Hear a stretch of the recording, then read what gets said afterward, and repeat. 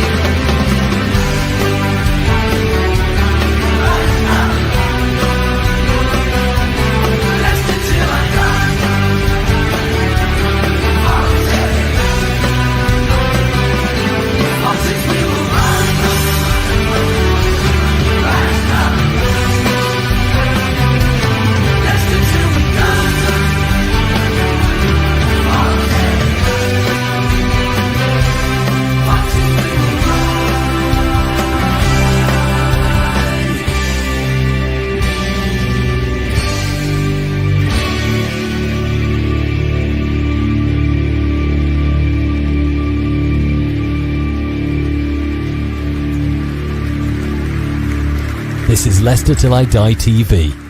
Watch and subscribe on YouTube and listen on your podcast platform. Yes, good afternoon, everyone, and welcome back. It's that time again. It's time for the Watchalong show, and of course, we are today away at Birmingham. And guys, wow, what a week we've had, eh? Points deductions, transfer windows closing. Yeah, we're in a relegation scrap, aren't we, everyone? Get your highs and lows in the chat there, guys. I'll put the comments on the stage for us all, and I'll get us saying hello to everyone in a minute. But yeah, like I said, what a week, you know. The relegation battle begins now, and what a bigger game to do it than Birmingham away. We've got one of the best home records in the Championship, so going to be an interesting one.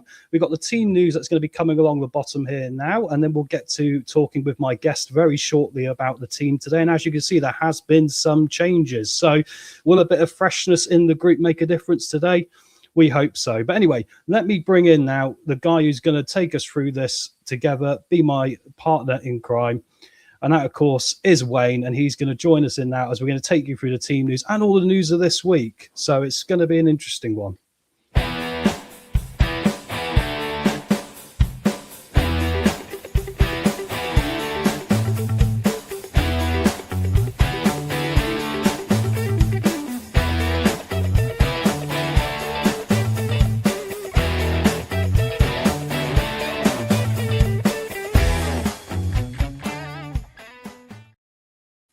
And here he is. Wayne, firstly, how are you, bud?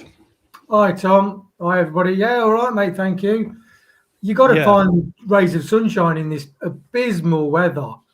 Oh, I know. I read a statistic. I think where I'm living, it's been raining like every day now for over a month, mate, which is just insane, isn't it? I mean, it adds the melancholy to what is a really horrible Leicester season, doesn't it? Let's get to some hellos in the chat a minute, guys. So we got Matt Jason in. Hello, mate. Good to see you, bud. Simon's in. Hi, Simon. Day one of our relegation survival campaign. Absolutely, mate. And I tell you what, we've got all the stats and figures coming up in the pre-match today to look at, including other teams as well in their games today, because we're in that position. We're going to have to look at other teams' results a lot more now as well, aren't we, guys? Afternoon, Greg. Good to see you, bud. Carl Foster. Good to see you, bud. Much better lineup.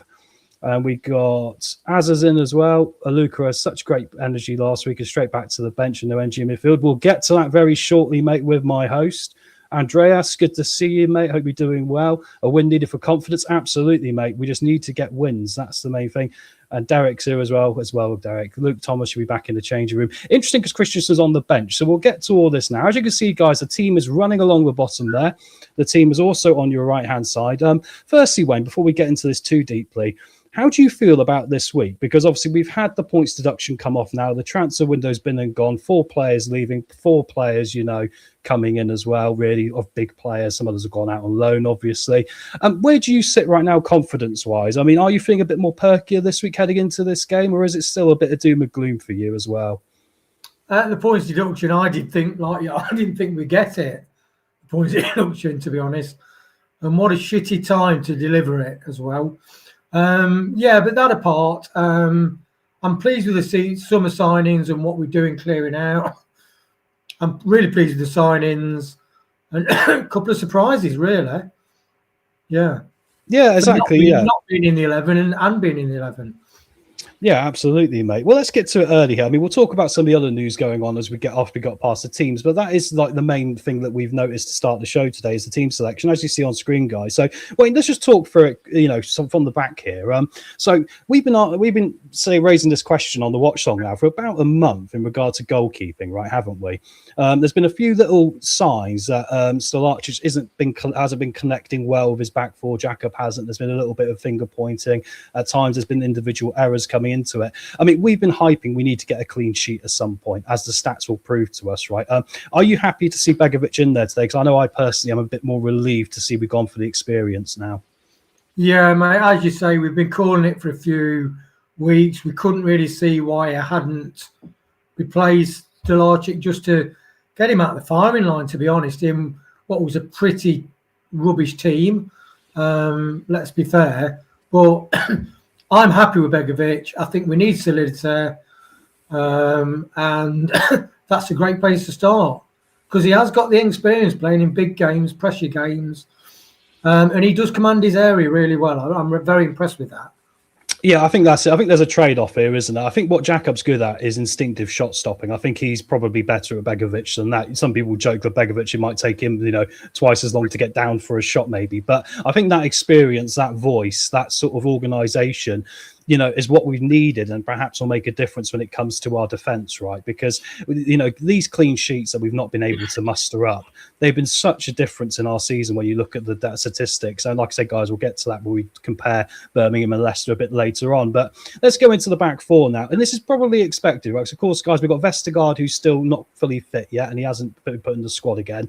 Got Okoli, who, of course, got the red card last week, which has been very helpful because now he's going to be out for a few games with suspension.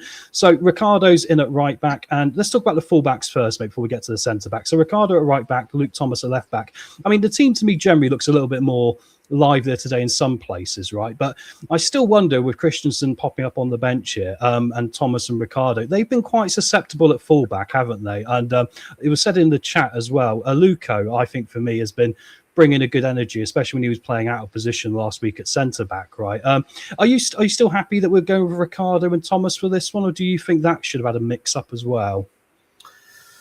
Am I happy is a loaded question, Tom.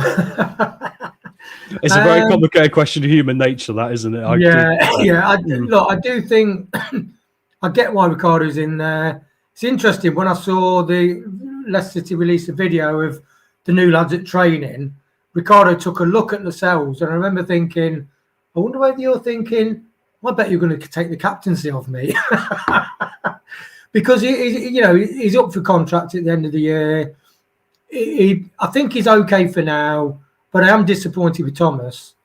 But is it again too important to put a Luco in? I'm disappointed not to see a Luco in. But kind of get it in some ways. Yeah, I kind of feel like we're a bit pigeonholed. The one complaint I have about the transfer window is I felt we needed another fullback option from somewhere. I think right side, okay, we could probably survive with a combination of Hamza when he's fit, Ricardo and Luco. And Kingy brought this up in the pre-match presser, guys, as I'm sure a lot of you would have seen in the chat as well. But he talked about how Luco had been playing a lot out of position this year. He's primarily a right back. He can play left back. He can play centre back, but it's not really what they want for him, right? And he did a good job there last week. And I've brought this up before, thinking we need to really focus on him playing right back for more games to, get out of the position where Ricardo, who's in a bit of bad form and heading down the Luke Thomas territory recently, is getting question marks about him, right? So I do kind of feel like it's a bit enforced, really. Although I would have liked to still seen Luca go for right back today. I think that energy might have been quite important. So yeah, that's what you called for the left back, didn't you? You wanted a left back in the transfer window. Yeah, really, both of those are not really up to scratch, are they? Yeah, exactly. And Matt Jason's put it that. I mean, I'm disappointed a little bit to see. I mean, I tell you what, I'm not really disappointed to see Christensen on the bench because I'm kind of thinking that he's in a Vestergaard position where he's not fully fit yet. But we brought him on as an option. And I think then, I can argue with King, and this is probably the wise choice. If Thomas is having an utterly terrible game by half time, hopefully we're not 2 or 3 down by that point, then we can give him 45 minutes, right, and hopefully phase his comeback. Because the last thing we want, if we're planning for Christensen to be involved to the end of the season, is for him to get an injury again now. Especially after the surgery and all the rest of it. 100. Yeah, 100, mate, yeah. Yeah, but it's good to see Luca on the bench as well. That's encouraging, isn't it, with some other youngsters dropped out. Right, centre-back positions, guys. So, and also get your thoughts about the team in the chat as well. I'm seeing a lot of good comments like Ricardo isn't captain material. Wayne just brought that up, and it's interesting because we're going to talk about Lascelles now coming into the team alongside Nelson, right? I think Ben Nelson is probably one of the more intelligent footballers we got in this. He showed he could play left-back pretty well for someone who's never played it before. I think he's very intelligent on the football. Lascelles hopefully will be that voice that is going to be what we need just to organise and discipline things a little bit. There's been news coming out this week, leaking from the training ground that some of the Leicester squad weren't happy with a certain player that was walking around, strutting around in training and not really putting full effort in.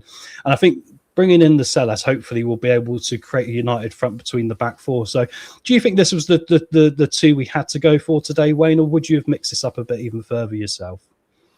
No, I think it's the best two, and I think it's the future two, actually. Unless we do sign somebody else, I think it's the future two. He's such a brilliant mix of he's quicker than Vestergaard.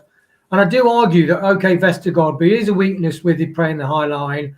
And I don't think Vestergaard is the future. So I'm happy with this.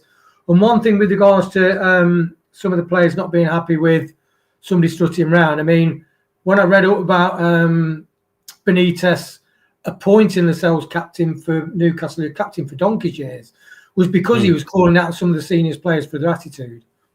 Exactly, yeah. And that's been interesting, hasn't it? Because we've had a lot of that this year at Leicester. And we've had this Foxes Never Quit thing a lot of the players have been posting on social media this week, which, is good to see because the reality is now the transfer window's closed. I mean, the managerial situation, we don't know how that's going to unfold, the coaching side of it. The tactics are relevant in all these things, of course, but I really come back to the base of this. We need to start showing some backbone and some passion to fight our way out of this. And Kingy's talked about the non-negotiables, about the running we need to do, hitting those sprints, which we haven't been doing all year.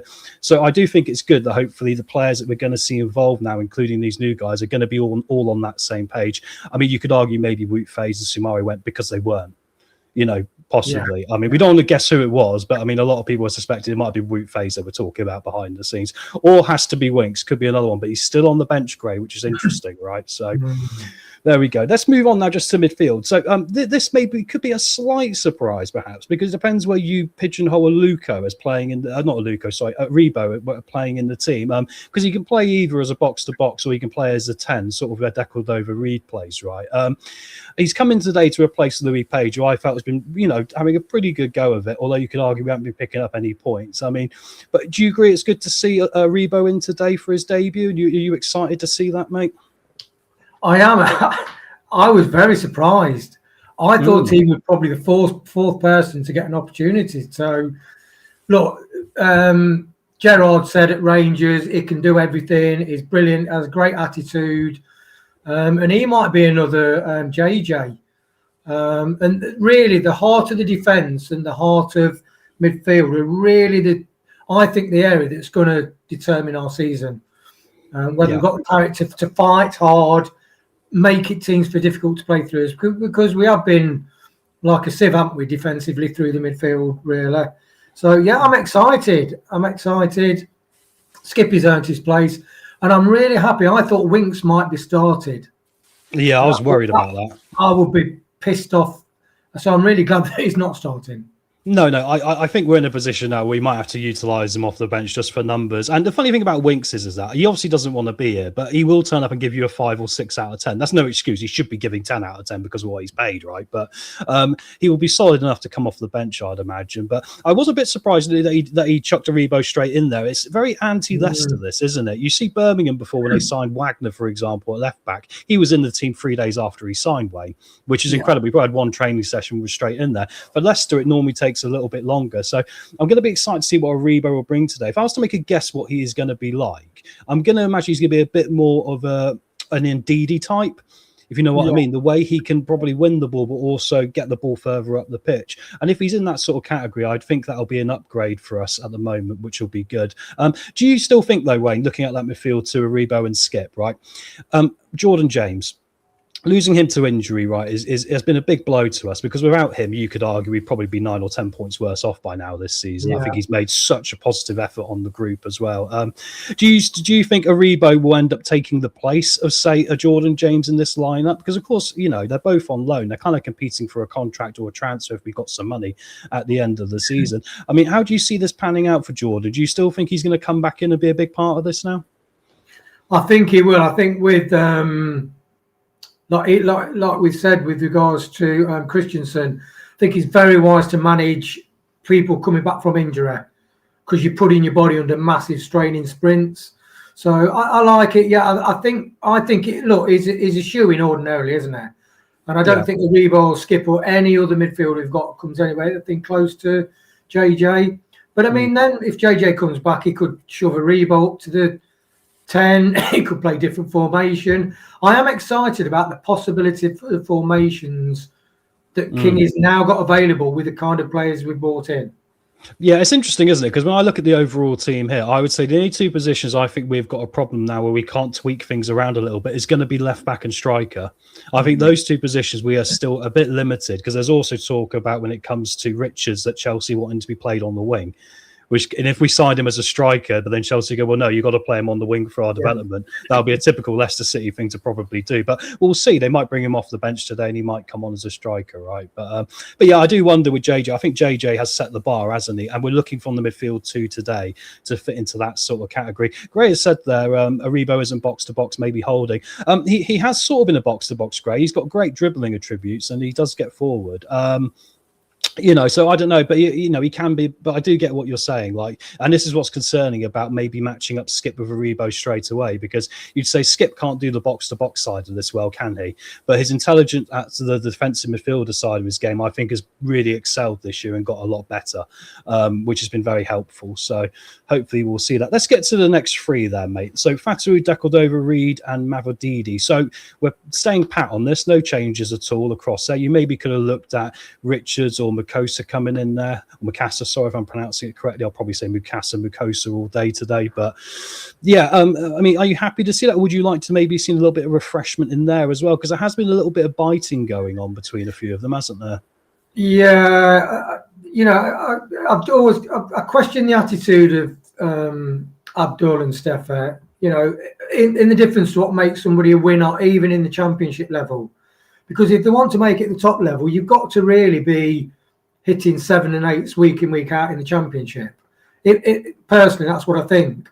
And I think Fatu's worldy goals. I think Steffi has got a mental brick wall when it comes to getting past defenders. And I think it's literally only in his head. D could overread like in the 10. So, yeah, it would be nice to see changes. But we've had 2 out of 4, which is not a bad hit rate, really. And I was surprised to see Daka up front, but he's been getting a few verbal belters, hasn't he? Yeah, well, that's it, exactly. I've seen some good questions coming up in the chat from Mad Jason and people. I'll get back to those questions once we've rounded up the team, guys. We will ask Wayne these as well. They're very good. Daka backing up top. I mean, I kind of described this earlier as you decided to paint grey wallpaper grey again. You know, you've gone from a grey situation with AU, who's been a little bit, and then you've replaced it with exactly the same colour almost, haven't you? You know, in the painting, it's not vibrant. You know, we're changing it up completely and going from like a grey colour to like a red colour or something like that in the room, right? Probably a bad analogy, but you get my point. It's very like for like in what we've seen this season. This is a big game for me for Patson Daka, because I kind of feel like he had one game this year I thought he really put a shift in, and that was Swansea away. I mean, Swansea away, he had a pretty good game. He held up the ball well and did things that he's not normally used to doing, but he put a hell of a lot of effort in. You could argue since then, AU's put more effort in, but it's been frustrating effort, hasn't it? Because he's not been connecting well with the front three at all, the front four, and there's been frustration and pointing fingers. You could argue this league is probably very difficult for Jordan AU because it doesn't suit who he is as a player. He goes down a bit too easy for this league. You don't have the protection you'll get in the Premier League, right? So what do you think about Patson Daka today? Are we at that point where it's worth giving this a go, or should we have just stuck with AU and maybe try to tweak him a little bit today? I wouldn't have started either of them, to be honest.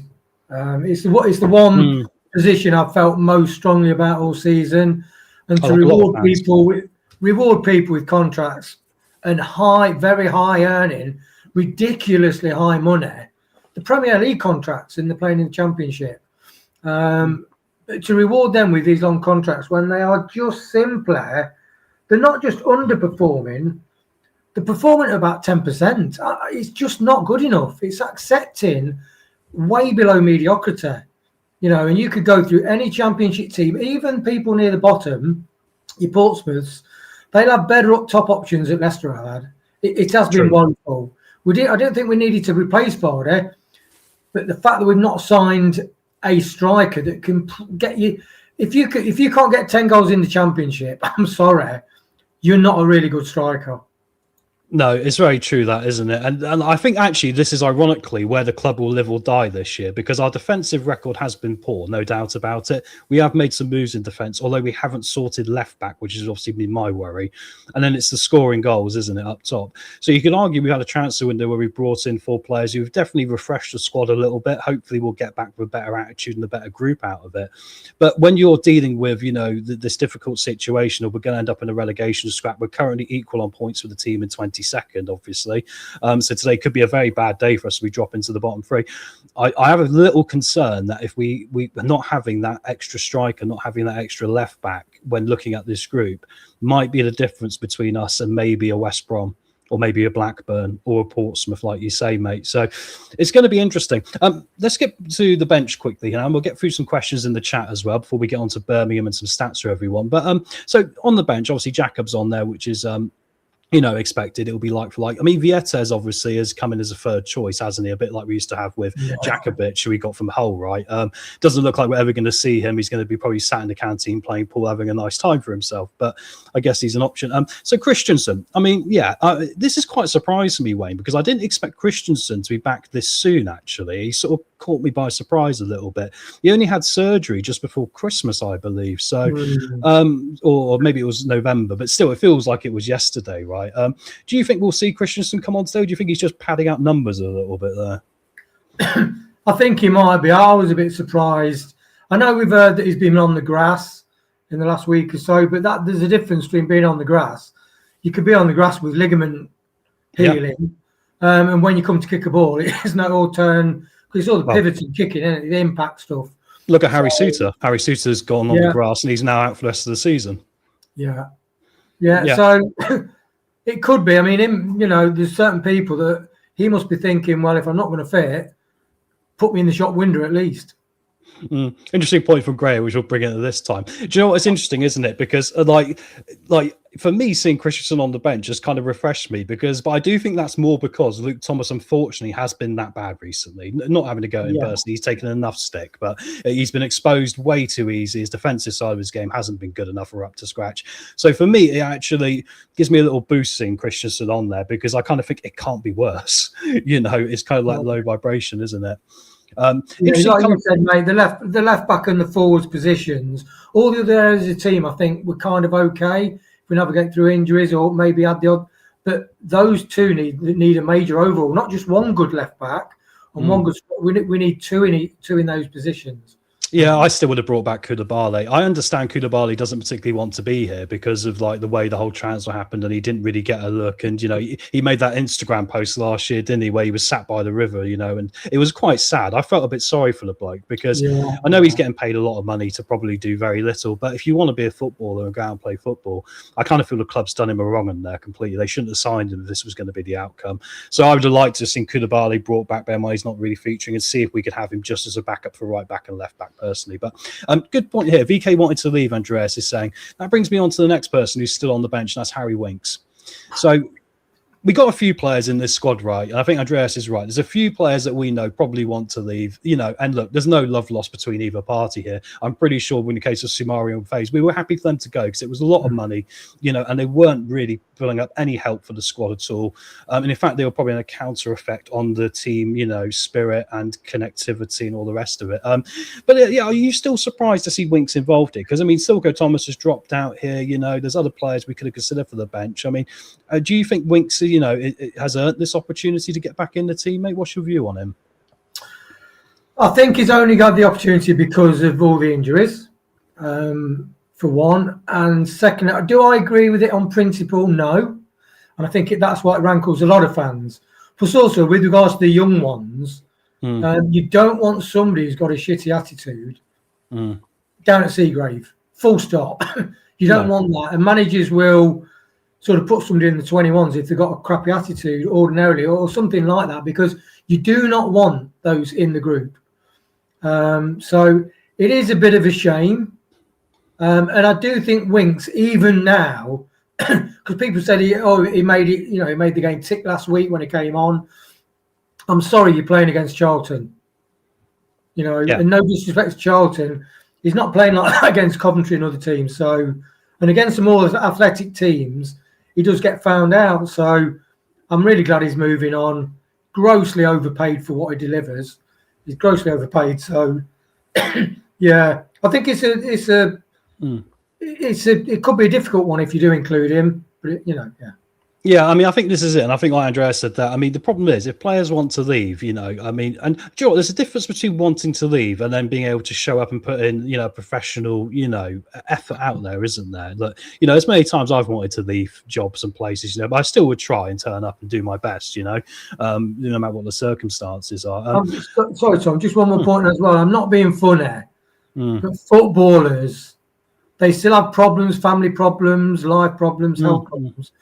But it's not a bad life, is it? No. It's not like you managing in your past with all the pressures, all the people you have to deal with, supplies and everything. I'm sorry, all he's got to do is look after his body, turn up, put the effort in, and use the skills that he has got. And it's interesting. That's unacceptable, isn't it, in sport? Yeah, I mean, I compare footballers to us Normaltons in a way that Bill Bailey used to do a good joke, and that is that, like, if you're upset as a footballer, you can go away on holiday to Malibu for the week. If you're upset as a human being in the world who's normal like us, you've got a bottle of Malibu at a bus stop. The difference is quite astronomical. Like you say, the money does help sort of like, pillowcase these sort of things, doesn't it? So yeah, I mean, just finishing off with the bench here, obviously Richards and Mukasa are both in. We've seen Silko Thomas drop out, and we've also seen Marcel drop out as well. Marcel really sat on the bench in the skip position from earlier in the year, didn't he? Where he sort of never came off the bench and never really got involved. I think he's out of contract at the end of the season, or it might be one more year he's got. So are you surprised to see it was Silko and Marcel that dropped out, but obviously Monga's still there, or do you think this is the right call to swap for those two? I do like Silko. I do think he's done well when he's come on. And what you got to remember is all these, it's like Monga not flourishing as we thought he would. They're coming into a team that's has a bad attitude, is low on confidence, hasn't got any fight. That's difficult to come into as a youngster. It's okay coming into the Championship, but that is such a difficult thing, because whether people, agree or not, it is a big step up coming into the man's game. And that's why a lot of managers are quite careful the way they introduce them. But I think he's got the ability. But I suppose you've only got limited spaces, haven't you?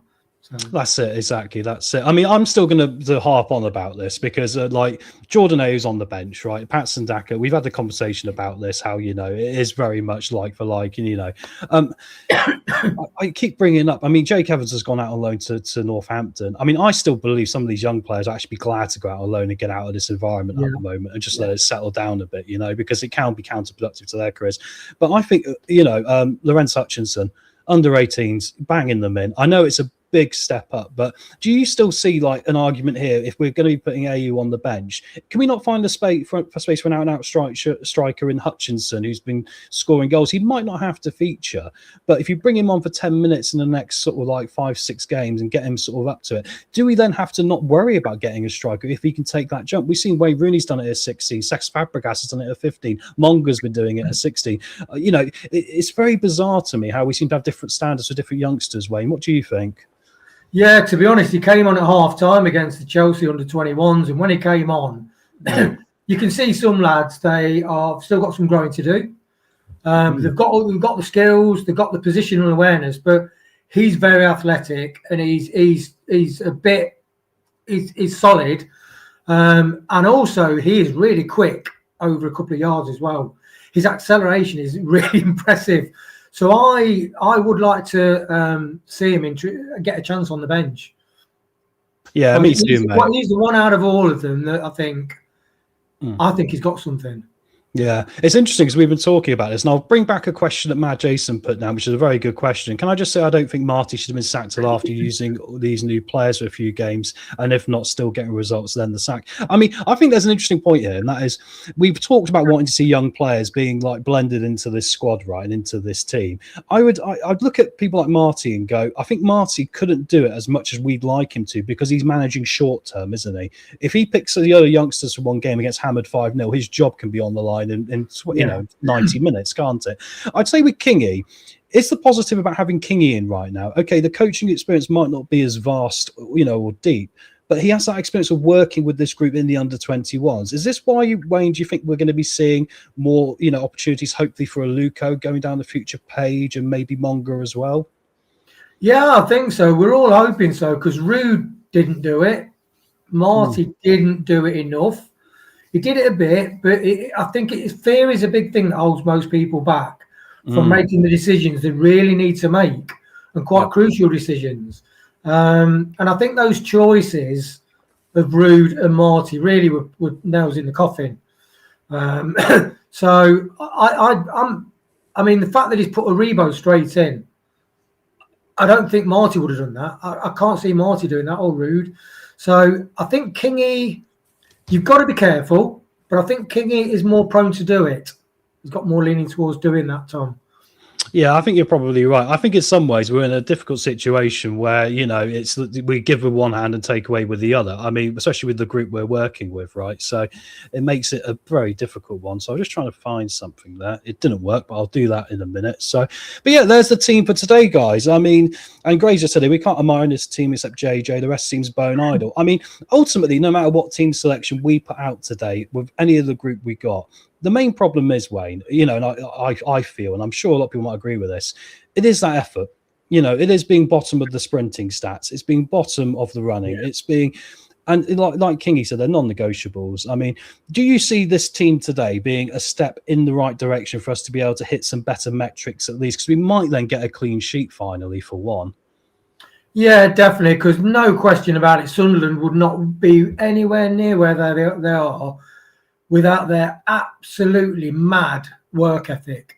They absolutely run their guts off for each other. And they've got some skill. And one thing that, with regards to Charlton and the physical sides, although I said you've got to be careful with some players, one thing I've meant to say the last sort of week or so, I think with the bigger physical defenders, if you have got speed is a very big advantage over those players. So, right, a lot of players can cleverly stay away from the real crunching tackles, and that is a way to get through these bigger, more physical teams. So I do think the younger players, we could have used them more to unlock defences, and I think they would have the appetite to do that more than Ayew and Daka. Yeah, definitely. Good quick question here before I veer off into Birmingham briefly, guys, and then we're going to get into some comparison stuff as well. Nobody will take our job as a poison chalice. We're hearing today that Gary Rowett might be signing for Blackburn. So that is going to be interesting because obviously he is someone who's on our short list, and he's someone who I believe actually has done a very good job at Oxford United. I don't think they should have sacked him. I think they were probably going down anyway, and the stability might have carried them into a good year next year if the worst case scenario did happen, right? Do you think this is going to be a problem for us in appointing someone, Wayne? I mean, if you look at Manchester United right now, it's a good example of this as well. I don't think they're as attractive as a football club as they used to be because people know what's going on behind the scenes there. Has ruined probably about 3 or 4 managers in a row now, made their lives very difficult, right? Do you see this being a big problem for us going forward when it comes to appointing a manager? I think this season, I personally couldn't see it happening because it's only from Jan onwards. They must look at the squad and think if they watch the games, they would think, no way, I can't say this lot. And yeah, to be honest, the managers, I think you look, if we go down, do want to go down? No. But if we go down having set the foundations for next season, I would rather do that than foolishly think that we're going to get automatic promotion or playoffs. I think we need to have the attitude, complete reset the attitude. And yeah, I don't mind Kingy doing it. I was hoping somebody with a bit more experience. We need somebody who's good organisationally and who can get the best out of people like a really good manager, not a tactician. Because we can do that almost autopilot. We need somebody to help the players. We've done that, haven't we? We've been bringing in managers to play a certain tactic, but you're right, I think there, Wayne. Yeah, it's the man management we've had a problem with, right? So anyway, right, let's move on to a quick look at Birmingham, guys. What we're going to do after that is we're going to have a quick look at the games for today, because obviously there's going to be permutations now. I've got the league table for us, and I've got obviously the games which are going to matter to us as well. Just to take you through the results that have happened today so far with the 12:31 kickoffs. Derby County 1, Ipswich Town 2. So well done, Ipswich. They're heading back towards the top 2 there. Norwich City 2, Blackburn 0. Probably a good result for us because Blackburn are down with us. So Blackburn have stayed as they are. And Southampton have just beaten Watford by 1-0. That is the full time. So nothing too much affecting us there because Norwich were going to pull away anyway, right? Let's get to this Birmingham team now, guys. So Birmingham spent £16 million this transfer window, Wayne. Gone out and been flushing the money around everywhere. We've got 2 debuts today, I believe, for them as well, with Carlos Vicente and Osman, who's a very pacey winger for them as well. I mean, what do you think of this team? I'll talk you through what I think of it afterwards, but they're a very dangerous side, aren't they? Yeah, they are. Osman's great. Stansfield, I really like him, actually. Yeah, when you look around some of the championship sides and the people that plays the 8s, 10s out wide, a lot of teams have got really decent players that I'd have loved to have had for the last half a year. Isn't that a big part of it? Isn't that a big part of it? How we as Leicester fans, a lot of fans from the outside look at us and go, well, they've got a good squad, they'll be fine. But then I look at other squads, even down to Oxford, and I go, I think they've got some better players than us now. Yeah, wingers-wise, I do think all season our wingers have underperformed. And they've left our fullbacks exposed, which, considering the Luke Thomas and Ricky P, is not a good combination. And that's my criticism with the team today, because it's exactly the same fullback and winger combination. Yeah. I don't think it's worked all season, and that's why I was hoping to shake things up. And that's why I think this, if it's 4-2-3-1, it just hasn't worked, has it? You know, it's not worked all season. So you, as an intelligent person, you say, well, either it's the personnel, or it's the attitude, or it's the system. There's no other factors involved in a football game. No, you're right. And it does show a lack of intelligence to not change formation. Yeah, I think it's interesting, because I'd argue that if you are going to play 4-2-3-1, there's teams that make it work and there's teams that do it very well. Birmingham possibly are a good example of a team that, when they're playing well, can do it. But like West Brom and us a little bit, sometimes it can be difficult to create goal-scoring opportunities with it if you aren't drilled. I said this. I think, look, I'd love us to change formation. I'm not sure Kingy has got the ability maybe to change it too much. But in that case, we've got to get these basics right about the running, because if we're getting the running right, at least then you're going to have more ground being covered and we're going to get into more dangerous opportunities, right?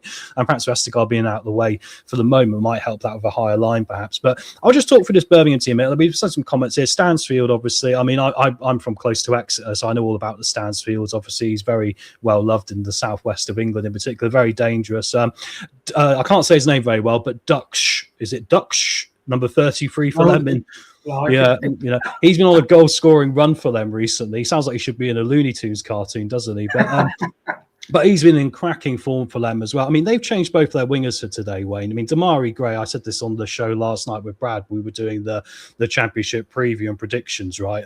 I said it's funny, they've worked out Damari Gray, is someone who's going to do it once every 10 times and put it in the back of the net versus being consistent. So £8 million on him. The two I would say today we've really got to watch out for is Wagner, the left back, and John Solis in midfield, because Solis is coming on loan from Granada and he looks like he could be Premier League quality for them. He's keeping Doyle out the team, who I rate as well. Obviously, he's on loan from Wolves right now. So I think very dangerous team there. And watch out for Wagner and Solis today, guys, in particular, because... Sorry, man. I think they're really going to push now on the... When you spend £16 million, they're looking up. They're not looking down. Yeah, definitely agree. They want to try and catch up a bit, don't they? Right, then let's get to the table. So after the points deduction, guys, this is where we are. Obviously, Blackburn have played an extra game now. We haven't updated that. They've played 31, but they're still on 32 points with a slightly different goal difference. So that's a good start. But it is a big day for us today, everyone, isn't it? Because when you look at this table, the championship so far this season has been very much a big clump of teams, hasn't it?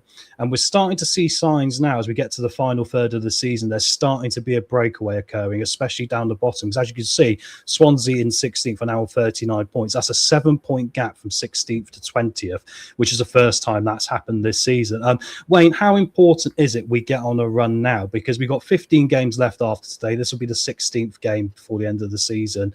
I mean, time is running out for us to get some form here before we fall into Oxford territory, right? Yeah, it is. And also, as you said, Tom, we have gone through a good run of fixtures. And when you look at the fixtures for Feb, March and April, yeah, they're the easy ones. I blew out of breath just to relieve the pressure out my chest, mate. There are some difficult things which, look, in our past mode, no way would we get many points from those. But I do think the introductions and getting JJ, look, the timing of JJ coming back, Skip coming back, the possibilities we've got. So I'm more hopeful with the signings. I think if we'd only made one, maybe two signings, I would have actually been pretty fearful about going down. Well, exactly. Yeah, I think that's it. We need that little bit of boost. And people are agreeing here. It's very important. We can't wait around for next week to start playing here. We're going to have to start, doing it now. We'll look at the rest of the fixtures today. It can affect us shortly. Good question from Scott. Do you think with the substitutions that we have to leave the likes on Christensen and AU on the bench for experience? Yeah, I mean, it's interesting, isn't it, Wayne? Because you will say with the transfer window, we've now added a little bit more experience that we can bring off the bench. I was looking at teams earlier this season we were coming up against and going, well, I look at our bench and I don't think we got anyone to come off the bench who maybe can change the game. I think we were that stagnant as a squad. Was it really that great to bring on Skip for Samari or Samari for the 90th minute? I mean, it wasn't doing anything, was it? I mean, do you think now, at least like Scott has asked there, that it's going to be a bit better today because we have got the Makusa, we have got Richards. I'm getting the wrong R's there, guys. But do you think that gives you a little bit more of a boost today? The fact we've maybe got a bit more energy to come off the bench at least. We have. When you look at the bench, we are quite spot. Like you said, it's spot on, Tom. You look at the bench and you think there is nobody going to come on and change things. So we have got different options. I do think it will have to change up front because my worry is if change the back line to strengthen that, is hopefully change the midfield to strengthen that. My worry is the mindset of that front four, which has struggled to perform all season. That's where I would, if things are not working, I'd say after half time, make some changes. I'm concerned that the front four will be able to score a goal today because of the same front four that we often use. So I think that's a big part of the game today. I agree. I mean, I'm not saying it's probably wise to maybe go chucking someone in straight away, but you have the training on the pitch, throughout the week, don't you, to try and get these players up to speed. So I think Andy King's selection though is crucial, and hopefully he's made the right one because as we see with Marty, I think at times he's stuck with the wrong ones, didn't he? Let's have a look at today's 3 o'clock games, and I'll get to the reason why it's starting a minute past as well, guys, in a minute. But so I've marked the 3 games there I think are crucially important to us today, and I've included Oxford in this, despite, as you can see here, they're a little bit behind us, but a win would put them 2 points behind us if we were to lose, right, and drag us into their mess. So okay, so we've got Birmingham versus us. I mean, Coventry are at home to Oxford. I last night predicted Oxford are going to win this. And I know I'm a bit crazy because I kind of think Coventry are in their own head and Oxford are kind of very good at playing teams who are in their own head. Look how they did against us, right? And then Portsmouth away at Preston. And then we've got West Brom, who are really in free fall at home to Stoke. I mean, we've got to be looking at this now, Wayne, as hopefully as well 3 teams will be worse than us this year. So we really need today to be playing for Stoke, Preston and Coventry, really, don't we? Yeah, you got those 3 hours. I can't see Portsmouth. I mean, they're really hitting good form. What, 1-3 and drawn 2 out of the last 6? I think it's remarkable. Us out of 5, us out of the 5, and that's it. That's the only options. I can't see everybody else is on an upward trajectory, like scoring points regularly. That's it. And they've probably got an easy runs of fixtures. So I think there will be 3 need to be 3 teams worse off. as you Yeah, said. I mean, luckily Blackburn lost today. Obviously, Sheffield Wednesday have gone. If Oxford lose today, that'll be good for us. I think the worst thing we could see happen today, looking back at these fixtures, is actually West Brom getting a confident home win over Stoke, who obviously lost 2-0 to Southampton and didn't score. I mean, Stoke are running out of steam because they've got injury problems. I mean, they're running out of numbers. But West Brom look a bit like us. They look very frustrated. And I'd argue West Brom have got some good players in that squad as well. So I think that is going to be very, very important for us today, isn't it? To hope that these guys don't go on. And also just to say, guys, as well, normally when Chris is here, I know he's in the chat, you know, Derby lost, they did, Chris, yeah. During the watch-along, I have no problem today with other people mentioning other scores, because going forward when Chris is here, he's going to be putting the other scores into the chat, right, and to you know, get the debate going. So I'll just say to the mods today, if people are putting other scores in the chat, I don't particularly mind, so don't go banning anyone for that, because we're kind of going down that route anyway. It doesn't seem right to switch it back for one way, but obviously when it comes to spoilers for the Leicester game, I'll lead the way, guys, all right? So don't, you know, get yourself in trouble with that one, right? Anyway, let's quickly go now to some quick stats here. So you can probably just about see this. This is from the BBC. So currently Birmingham 13th, Leicester down in 20th. They've got 42 points. We've got 32, so they're 10 ahead of us. Goals conceded. They have conceded 15 goals less than us, Wayne, whereas they have scored is pretty much exactly the same amount of goals as us, 41 to 40. Does this really highlight just how much our lack of clean sheets has really got us into this mess, do you think? Yeah, lack of clean sheets. I mean, if you take off the points deduction, there's only 6 points difference really in his origin there. So that's quite typical of the Championship mid-table, isn't it? But yeah, some elementary poor defending, and you know, if we had a striker, if we got somebody up top who perhaps got 6 goals and another one got 7 goals, we would have got a few draws or maybe another win, and that would be enough, you know.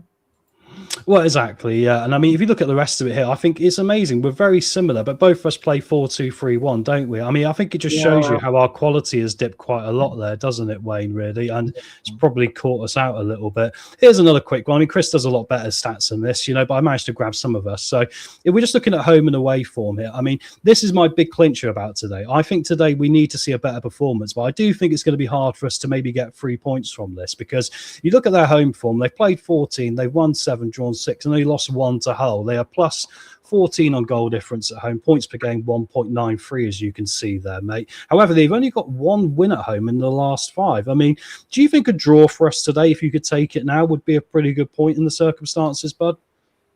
Yeah, I do. And I think of all the teams we're going to play in the next 2.5 months, I think Birmingham are the one that we could, and you can see why they spent the money. Because I think unless they spent the money, they wouldn't probably get in the playoffs. So, but they won't all of a sudden bed in and be brilliant. So I do think it's an opportunity today to get a draw or maybe a win if the midfield performs, if the back four does work and we are solid. And sometimes a mental shift can work wonders, can't it? Well, exactly, yeah, and it's just a little bit of freshness. I mean, it makes it hard to call today, but I do wonder if it would be a good point in the circumstances if we can get it, but we'll see. I mean, the thing is, we don't know. I mean, I've said this the last week, actually. I felt going into the Oxford game, there was an opportunity there for the group that was there at the time to lift the fans by going out there and putting in a performance with some work rate, right?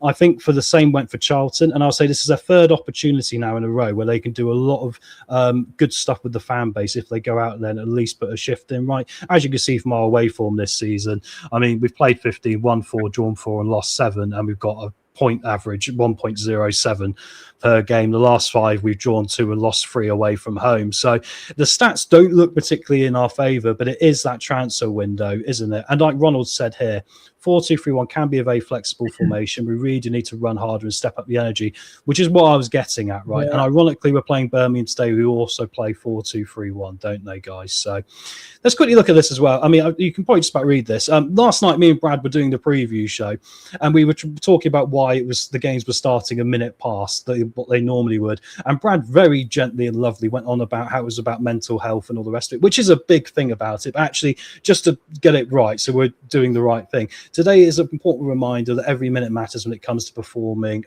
life-saving CPR, guys. All right, and obviously this year we've seen it in the stands at Charlton, where unfortunately one of their long life supporters passed away. I think it's happened at Portsmouth as well. So this is a big thing right now for football. And I just wanted to say, obviously, the EFL has got some courses they're doing for free on there when it comes to CPR. That if you want to go on the EFL website and have a look at, it's very interesting stuff to read here, isn't it? So yeah, guys, I just want to chuck this out there before we get to the game itself. And that is why all the games are starting a minute late today. We did slightly get it wrong yesterday, although mental health, like we always say, Wayne, still matters as well. So I appreciate Brad's passion, talking about how every minute you could reach out to someone and all the rest of it, right? I mean, definitely. Do you know what's interesting? I've wanted to do CPR for a long time, and when I had a bit of a bigger business, I was going to get us all to go and do it. So I'm going to go and do CPR. We're all going to do a course. Yeah, exactly. It's something I'll look at as well. I mean, it's close to Leicester Hearts as well, because obviously we had it with the Birch, didn't we? Unfortunately, who had a cardiac event down at the stadium one day, and we're glad to see he's doing a lot better now anyway, and he's still up and about, which is really good. So, right, let's get to the big point of this. I'll quickly take us back to the team for today, and actually, I'll take us to this first. How important is this, Wayne? We need to find this, don't we? We've said it in the chat. Foxes never quit. I mean, it's a slogan we've had for years. It's one that got replaced by Fearless when things were going well. We're back to Foxes never quit. I mean, how important is this for us today? It is. It basically, it wasn't negotiable, was it? It was a given that Foxes never quit. And I think we wouldn't have achieved anything without your Huths, your Morgans, your Kantes, your Simpson defending so well in front of like Mahrez. And I do think Skip isn't a warrior like war cry warrior, but he's going in the right direction. JJ is, and the recruitment, and also Nelson's got a bit of steel about him as well. So I can see the team spirit developing to where we become once again a team that never quits. Yeah, exactly. I think for me, this has been an easy, I say an easy thing. It's been an easy thing we've missed this season, right? It reminds me, funny enough, and I hate to say this because it's jinxing fate. It does remind me of last time we got relegated to League One. The team kind of never really got together as a group. And by the time they did, it was too late. It was like Sheffield Wednesday at home. And by then we lost 2-1 at home to them, didn't we? I was there that day, actually, at the King Power. Yeah. So yeah, for me, it's amazing how this lesson has been laid out to us all season, because the system's fine, whatever, the coaching fine, whatever else. It has been the effort, it has been the attitude, it has been individuals bickering at each other. I would like just to say to the players now, if you're out there and you're bickering at other players, also think about yourself and make sure that you're encouraging them and make sure we are a unit, because I think if we don't get ourselves united here, we will get relegated. I'm not even going to mince my words. We will get relegated. It's that simple. The whole season has shown us this is what we are missing. And when we got this fire behind us, we're very lucky to have one of the most passionate fan bases in the world, for my money. Obviously, I'm a part of it. We've got great people in the chat here. We need to find this again today, don't we? So anyway, all right, what was I going to quickly end up on? I've lost my train of thought here. Oh, yes, I know. Predictions. Get them in the chat, guys. Predictions. Some people chucked them in already. If you already chucked them in, get your predictions in now. Wayne, what is your prediction for what's going to happen today for Leicester City? Trying to remember what I put in the prediction league. I'm going for 2-1 Leicester, to be honest. You've always got to bet for your side. And I do think we've got potential to turn it round. Not only climb way up the table, but to become a decent footballing side, score more goals and let less goals in, basically, which is quite important in football. Yeah, it is, isn't it? So you're going to go for a 2-1 Leicester win. I mean, I appreciate that, mate. Fair play to you. I have sadly gone for a 2-1 Birmingham win, but it's that whole thing I hate in my life, which is, and it seems to happen to me a lot, it's a battle of my head versus my heart. Yeah. And my heart always seems to be the one that loses out in these battles 9 times out of 10, right? But it's life, isn't it? So yeah, I must be honest, I would take a point now if it was offered to me. I think that would be a very good situation for us. Like I say, get your scores in there, guys. I think I've got some up here. I'm just going to quickly scout through. So Gray's gone 2-2 there. I think that would be a pretty good result in the circumstances, wouldn't it? And there's been a couple of others I've missed up there. Let's have a look further down. Ronald, I hope we get a clean sheet at last and a 1-0 win. Yeah, I mean, that's an interesting part of this, isn't it? I mean, how important is the clean sheet today, Wayne? Sorry, what is one of those, Tom? I don't know. I've not cleaned mine for ages, so I've no idea. No, I'm joking. Of course I have. I don't know. Yeah, I mean, you dream of having a shutout, wouldn't you? You dream of having. I mean, you know, defenders like your Morgans, your Hoos, but look at Leicester and think it's almost like, yeah, it's unbelievable. It's unbelievable. How many games without a clean sheet? 20, 25 now, isn't it? Yeah. Yeah, it's like last year we couldn't score for about like a million minutes. You know, it's amazing how Leicester City's got this idea of collecting the shit top trumps of every statistic we possibly can. You know, it makes me wonder if we should just get relegated to League Two to try and win League Two to complete the set. But it seems a real backward way to do it. Cheers, Nate. See you later, mate. So yeah, Scott's gone for. My head says 4-1 to Brumble. My heart says 6-2. We're just going to finish off quickly here, guys. 1-2. Jeff has said there to Leicester. Sorry, so that's really good. Chill Smith, nice to see you, mate. 3-1 to Birmingham. We were conceded in the first 10 minutes. And Keith's gone for 2-1 to Birmingham. So yeah, so optimism is a little bit low right now, isn't it? I mean, okay, Wayne. Let's say we go into this today and we get hammered like 4-0, which could happen because Birmingham have got some new blood in there themselves, a bit of pace. Where do we go from here if that happens, mate? Well, insurance job. I think insurance job at that point. Yeah. I mean, we do. It's whether the club can appoint somebody to lift the group, isn't it? That's the thing. It's whether Kingy can do it. It's whether the new players can do it. But it's got to come from somewhere, and it's got to come really soon. So do you know what? Fear is infectious. Laughter is infectious, but also like positivity and optimistic. I've gone on teams where you played a team that literally kicked the shit out of you on the pitch, and you think, I'm not looking forward to this, and your head's not really in it. Where your head is important, and who knows?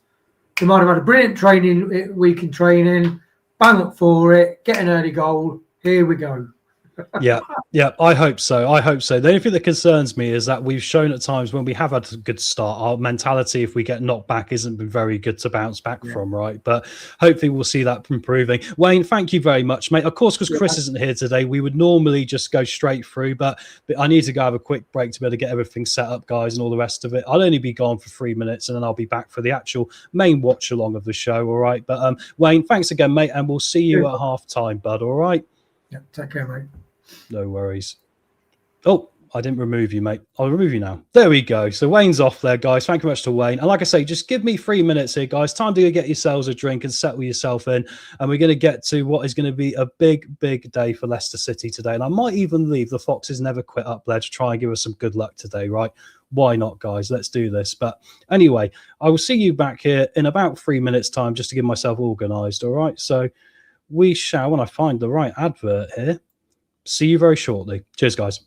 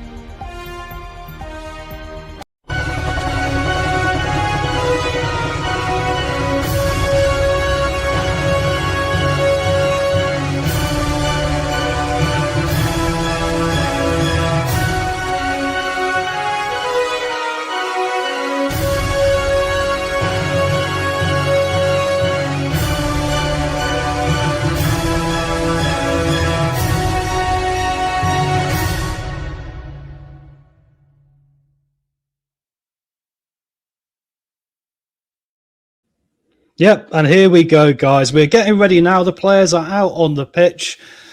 Here goes nothing, right? Let's see how we get on. Hopefully, we'll be able to get ourselves a nice little job done today. But obviously, a lot of new players in for Birmingham as well, right? So let me get the clock ready to go here. That will have to replace the Foxes Never Quit in the corner there, which is a shame because I'd like to have kept that on for the whole way. But we'll see how we get on here. We're in the pink kit today, guys. Pretty in pink as we're getting ready to kick off here. I'm nervous for this game, guys, because I kind of feel this game's got big ramifications for us for the future, right? I really do. Like Grace said, come on, Foxes, put a shift in.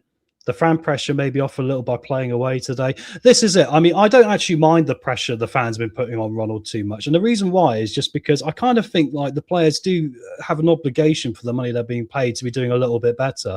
I think they do appreciate that as well. So hopefully we'll see those two things connect together. I think the fans will be more than happy to get back behind the team once we see the effort, right? As we see the referee here pointing at his whistle. The Leicester players are in the hustle. And once again, guys, let me quickly just get up here for us all. No spoilers about the game we're watching. I've said today I made a special thing, which is that because Chris, when he's here, is talking about the games in the Championship, I don't mind you putting score updates about other things that are going on, because I'm not going to be able to see them, and Chris would normally do that. So I'm going to slightly bend the rules today. The mods know. We had one or two things recently where people have been kicked out for 10 minutes and got a bit upset about it. If you do end up spoilering something and it's a mistake, you'll be back in 10 minutes or whatever it is, you know, so don't take it personally as well, guys. All right, that's all I'd say. We're all trying here. Once I've reacted to it, you know that we are fine to get it. And the game, guys, is underway. So here we go. Leicester kicking off, and we're kicking from right to left. Here goes nothing for the rest of our season. Long ball forward immediately from Leicester into the penalty area. Hacked clear, and it's going to go all the way back up, and Begovic is going to get his first touch on the ball outside the penalty area here. I'm going for a Richards brace, and let's go Foxes. Come on, Jimmo. Well done. Was like a school. Yeah, exactly. It's a bit like it in here sometimes, mate. We've got to try and keep it all under control a bit, haven't we? Free kick to Birmingham here in their half. Rudkin should be gone, but so top. It's interesting, isn't it? As there's nothing happening right now in the game. I think the club, with what it's been doing this week in its statements, it's been trying to bring people together. But I actually think all them not taking responsibility is pushing the fans further away from them. I really wish they changed their tune and read the room a bit better. The club's currently a stand-up comedian that can't tell a good joke, unfortunately. Here come Birmingham outside the penalty area, guys, trying to slip through early. It's all narrow in the middle here. Loads of pink shirts around the ball there, and Thomas will hoof it all the way over halfway. Mavadidi was chasing that down. Sorry, Daka was. And it's going to go all the way back to the goalkeeper for Birmingham here. And like Gray has said here, guys, thank you, Gray. You do a great job, all you guys. Yes, nothing to do with Leicester. Once I've said we've scored or they've scored and done all that, then we can talk about it. But other scores are absolutely fine today, guys. If you want to say Oxford are beating Coventry and let us know, please do. That's not a problem, all right? Leicester trying to come forward now. The ball's bouncing around just outside the penalty area. It's going to come towards the halfway line.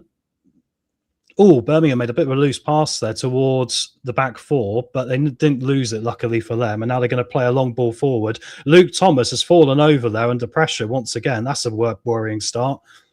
But he manages to win it back, and Mavadidi's going to win a free kick on halfway. That's a worrying little start there for Luke Thomas. If there's something we can say that he's been bad at this year, the physical side of his game has been pretty weak, right? And there was a long ball forward there where he was battling with it with the Birmingham City forward, Stansfield, and unfortunately he got pushed off the ball again, very similar to when we conceded last time out. Luckily, Christensen is on the bench though, right, guys? Here we go now with Skip. He's on halfway. He's going to lay it off to Nelson. He's going to play it down to this left-hand side to Mavadidi. Interesting enough, Thomas has come inside here. It looks like we're still pursuing with our fullbacks coming into centre midfield. I've wondered if a change... Oh, Ricardo's given the ball away. Here come Birmingham. Great shot, and it's in. Birmingham lead 1-0. It's Osman on his debut, guys. The nightmare start. And would you believe it? It's Ricardo Pereira who is responsible. You can react to it now. Birmingham 1, Leicester 0. Loose ball to the back. Ricardo got stuck on his heels, gave the ball up to Osman, who's quicker. He ran through. Begovic gets a hand to it, but it's gone into the left-hand corner. It is, unfortunately, Birmingham City 1, Leicester City 0 after 3 minutes. Would you believe it? Could it be any worse, guys? I can't believe it. Seeing the replay now, it was Lascelles laid it off to Ricardo. Ricardo held on to the ball and Osman's nicked it off him there. Come inside, slipped it under Begovic's leg into the back of the net. 1-0. Welcome, Yvonne. Unfortunately, you've joined at the wrong time here. It is 1-0. And like Jim has just said, get Ricky off the damn field. He dilly-daddled on the ball. And literally, Osman had all the time in the world to nick it off him. It is really, really bad. I mean, Lascelles lays it off to him there, guys. Oh, my word. And I've got to update the ticker already here. How many times has it taken 3 minutes for us to concede a goal this year? I mean, that is unforgivable from Ricky. And I was saying it in the pre-match, guys, wasn't I? It's just unforgivable, like, maybe not changing, like, these guys up now. I mean, Aluko wouldn't have done that. Would not have done that at all. And we've gifted Birmingham the easiest start in the world. There it is. Evening, Blue Fox. Yeah, really bad. Everyone's saying, and like Chill Smith has said, conceding the first 10 minutes. You're correct. Hey, Blue Fox, good to see you, mate. Yeah, unfortunately, mate, it is 1-0. There's going to be a yellow card here for Aribo as well after 4 minutes by the looks of it. He's gone in there and got for a 50-50 ball and brought down the Birmingham City defender. It was a loose 50. Oh, okay. So Birmingham tried to play it back to their centre-back, and Aribo's gone in and caught the player late. And Joe Aribo's Leicester debut ends in a yellow card on 4 minutes. Disgusting. Well said, Ronald. Well said, guys. What's happened to the concentration, conceding early yet again? You guys in the chat are nailing this. I mean, it is a matter of concentration, isn't it? He was just so slow. I mean, we know Ricky's lost a yard of pace, but I feel like it's like Luke Thomas now. Why are we continuing with why are we continuing with him and Thomas at fullback positions? Why didn't we get in another fullback? Unbelievable. But anyway, Birmingham now trying to play out from the back. We're pressing them high up the pitch here, guys. Long ball forward from Birmingham now over halfway. Ricardo's running back. This is worrying because he's got Osman on him again. And Ricardo dinks a difficult ball back to Begovic, who miskicks it and is going to go behind for a corner. Ricardo, twice inside 5 minutes, is doing a shocking job. He's played a very dangerous lofted ball back towards Begovic, who hasn't got the control, and he's touched it with his foot, and it's fallen all the way behind for a corner here. This is unbelievable. Like John has said, incapable of doing the basics. Begovic at least is trying to have a word with him and say, look, it's all right, mate, we can do this. But Ricardo, I mean, his pace has gone, and we're playing him against Osman, who is probably the paciest winger in the championship. You look at his stats on Football Manager, he is a quick player. Why don't we think, okay, they got a quick winger coming at us today. Why don't we put the quickest fullback we got in Aluko on him, who's got the pace to match him? Very difficult. Corner comes in for Birmingham now towards the 6-yard box. Headers down. Oh, and it's been bouncing around. The Lascelles eventually managed to get it clear there. But Birmingham have really got confidence behind them. And the Leicester fans seem quite upset already, understandably. All the Leicester players behind the ball. Wagner tries to play it back into the middle. Aribo gets a foot on it, but it's very loose. Decordova-Reid heads it back towards halfway, but we're hemmed in here, guys. Panic. You know, that's it. When every time the ball goes towards our back four, guys, there is panic. Utter panic. Ricardo looks like he's so uncomfortable on the ball, he might as well be trying to kick an American football because it's bouncing in similar directions as if it was that shape so far. All the way back to the Birmingham goalkeeper now, guys. We need to get a grip here and at least settle things down a bit. Daka running down after their goalkeeper now, but Birmingham are quite happy with their start and holding the ball. We all know who should or shouldn't be playing. Kingy's definitely not up to it. Why wouldn't he play two up top? I mean, these are all questions we've had going back to Marty Cifuentes, guys. It's a very difficult time for our football club. Ball's back with Begovic now, and we're still playing it just back to Begovic and back to Ricardo. And I don't have to try and build any confidence, but it really is worrying me, right? Here comes Ricardo now. And the problem is he'll try and overcompensate now. He'll come forward too much and leave space, won't he, for the quickest player probably in the championship to get down that side. So he's already come into midfield there. Back to Clara, all the way back to Neumann. Iwata at right back, who's done a very good job for Birmingham because he's actually a centre midfielder, but he's gone into right back to add them a little bit of solidity. They've basically done what we did with Hamza Chowdhury, putting Hamza at right back. They've done it with their Japanese midfielder. Ball's bouncing around a bit here, but Birmingham have got all of it. Run forward here from Wagner. Luckily, Aribo manages to kill the game there from Stansfield, and it's going to come back across. Aribo playing a loose ball again up to Decordova-Reid. We don't pass forwards, guys. We every time we're getting the ball, even after 8 minutes, we're playing backwards again, backwards. If I was in charge of this group, I'd start fining them for not playing forwards. Honestly, they've got to start playing forwards. Pass the ball forward, lads. Going to be a throw to Leicester down halfway in our own half here. Andy King's barking out instructions here to Ricardo and people by the looks of it. Why does any manager play the same way? They're dumb. I mean, I think we had a pretty good window, but we needed a left back and we needed a striker, didn't we, guys? I think the fact we need to do a lot of work down our flanks, we need to change it up here a little bit. Nelson now has got into a bit of a duel there with Stansfield, but he's going to get the better of him, luckily, otherwise he was in again. It kind of looks like every time Birmingham are going to go forward, we're going to be under a lot of pressure to concede a goal. And once again, guys, the clean sheet revival does not happen. We're going to go another game without a clean sheet, and it's taken 3 minutes. Lascelles has got the ball now. He's going to pass it over halfway. Ricardo's going to hoof it long towards the goal here, towards Daka, but out comes the goalkeeper. He's dropped it there. The referee's saying nothing's going. Unfortunately, we can't win the second ball, though. It's been an empty net. Here come Birmingham now playing through, and there's been a foul on that by Skip, and it's going to kill the game for a moment. And it's going to be a free kick to Birmingham halfway in their half here. But Beadle came out then, the goalkeeper. Remember Beadle's about? I've got Jeremy Beadle in my head. Beadle's come out. There's a bit of a Jeremy's about there. He's lost the ball bouncing against Patson Daka. And unfortunately, we couldn't pick up that second ball. If someone was there, then we'd have put the ball back into the empty net. But Birmingham managed just about to survive. Yeah, it feels after 10 minutes that we just look an utter shambles, don't we? Long ball from Birmingham all the way through to Begovic, luckily. And he'll roll it out to Nelson. We're still pursuing with rolling it out from the back, guys. So he rolled it out to Nelson and then played it back to Begovic. And now Begovic has kicked it long. But luckily, Mavrididi's won a free kick. Yeah, I remember Jeremy. He's been gone a while now, hasn't he? It's such a, There's talk about bringing that show back, I heard, with his son. I'm not sure if that's true there, Gray, but imagine they brought back Beadle's About. I'll do Beadle's About. ITV, come and get me. I'm your man. I'd love to do prank stuff. Leicester with the ball down the left-hand side now.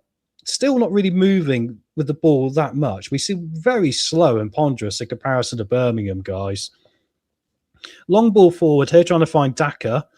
We're going to need Patson Daka to have a game like he had against Swansea, where he's going to turn into Harry Kane or a Poundland version of Harry Kane, which is the best he's done all season. And unfortunately, it's gone behind there. The ball was so poor, it's gone behind.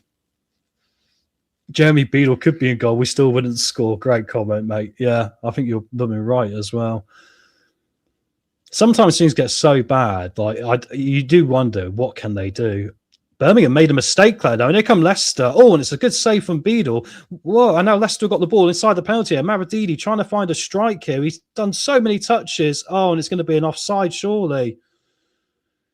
We even looked chaotic then, trying to get through, guys. Basically, Birmingham did a similar thing to us. There's a poor back pass across towards Beadle. He obviously looks a bit susceptible here today. We've seen Ricardo look poor for us in the first 5 minutes. Their goalkeeper looks a little bit shaky for my money.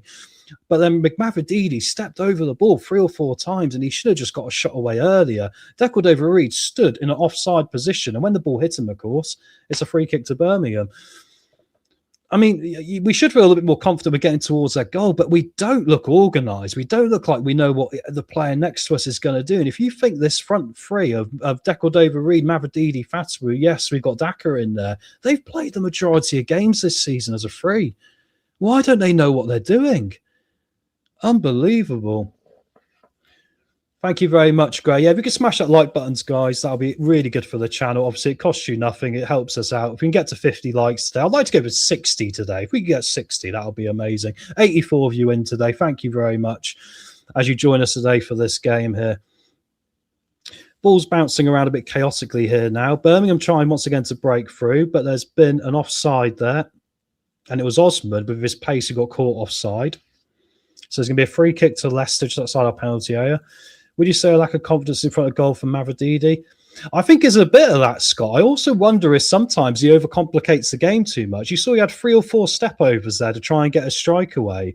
I would actually discipline him to say, look, just take one cut back and shoot, one cut back and shoot. Take on one man and pass. Take on one man and shoot. Every time he takes on 2 or 3 men and starts thinking he's prime Messi, he gets in his own head and starts getting unconfident as well, right? So it's counterproductive. We need to simplify his game a bit for him if he's going to feature. Leicester trying to press up here now as the referee takes a tumble, guys. And he's going to give a drop ball here. Aribo's angry because Aribo was about to go forward. Joe Aribo's going for Aaron Ramsey today, guys. He's on a yellow card. He's currently having a bit of a heated confrontation with the referee as the referee fell over. And now Leicester are going to get the drop ball here, but it really stopped our momentum. Lascelles plays it up the flank here, trying to find Fatawu. Here we go. Come on, guys. Decordova-Reid hasn't got the beating of Clara, though. They've got 2 very good centre-backs, haven't they? And they come out of the ball really nicely there. We're just outside their penalty area still. Lascelles, we're pushed up entirely into the Birmingham half here now. But once again, Aribo, unfortunately, the ball gets away from him, and we're just very sloppy. Counter-attacking option has been stopped there by Lascelles, at least.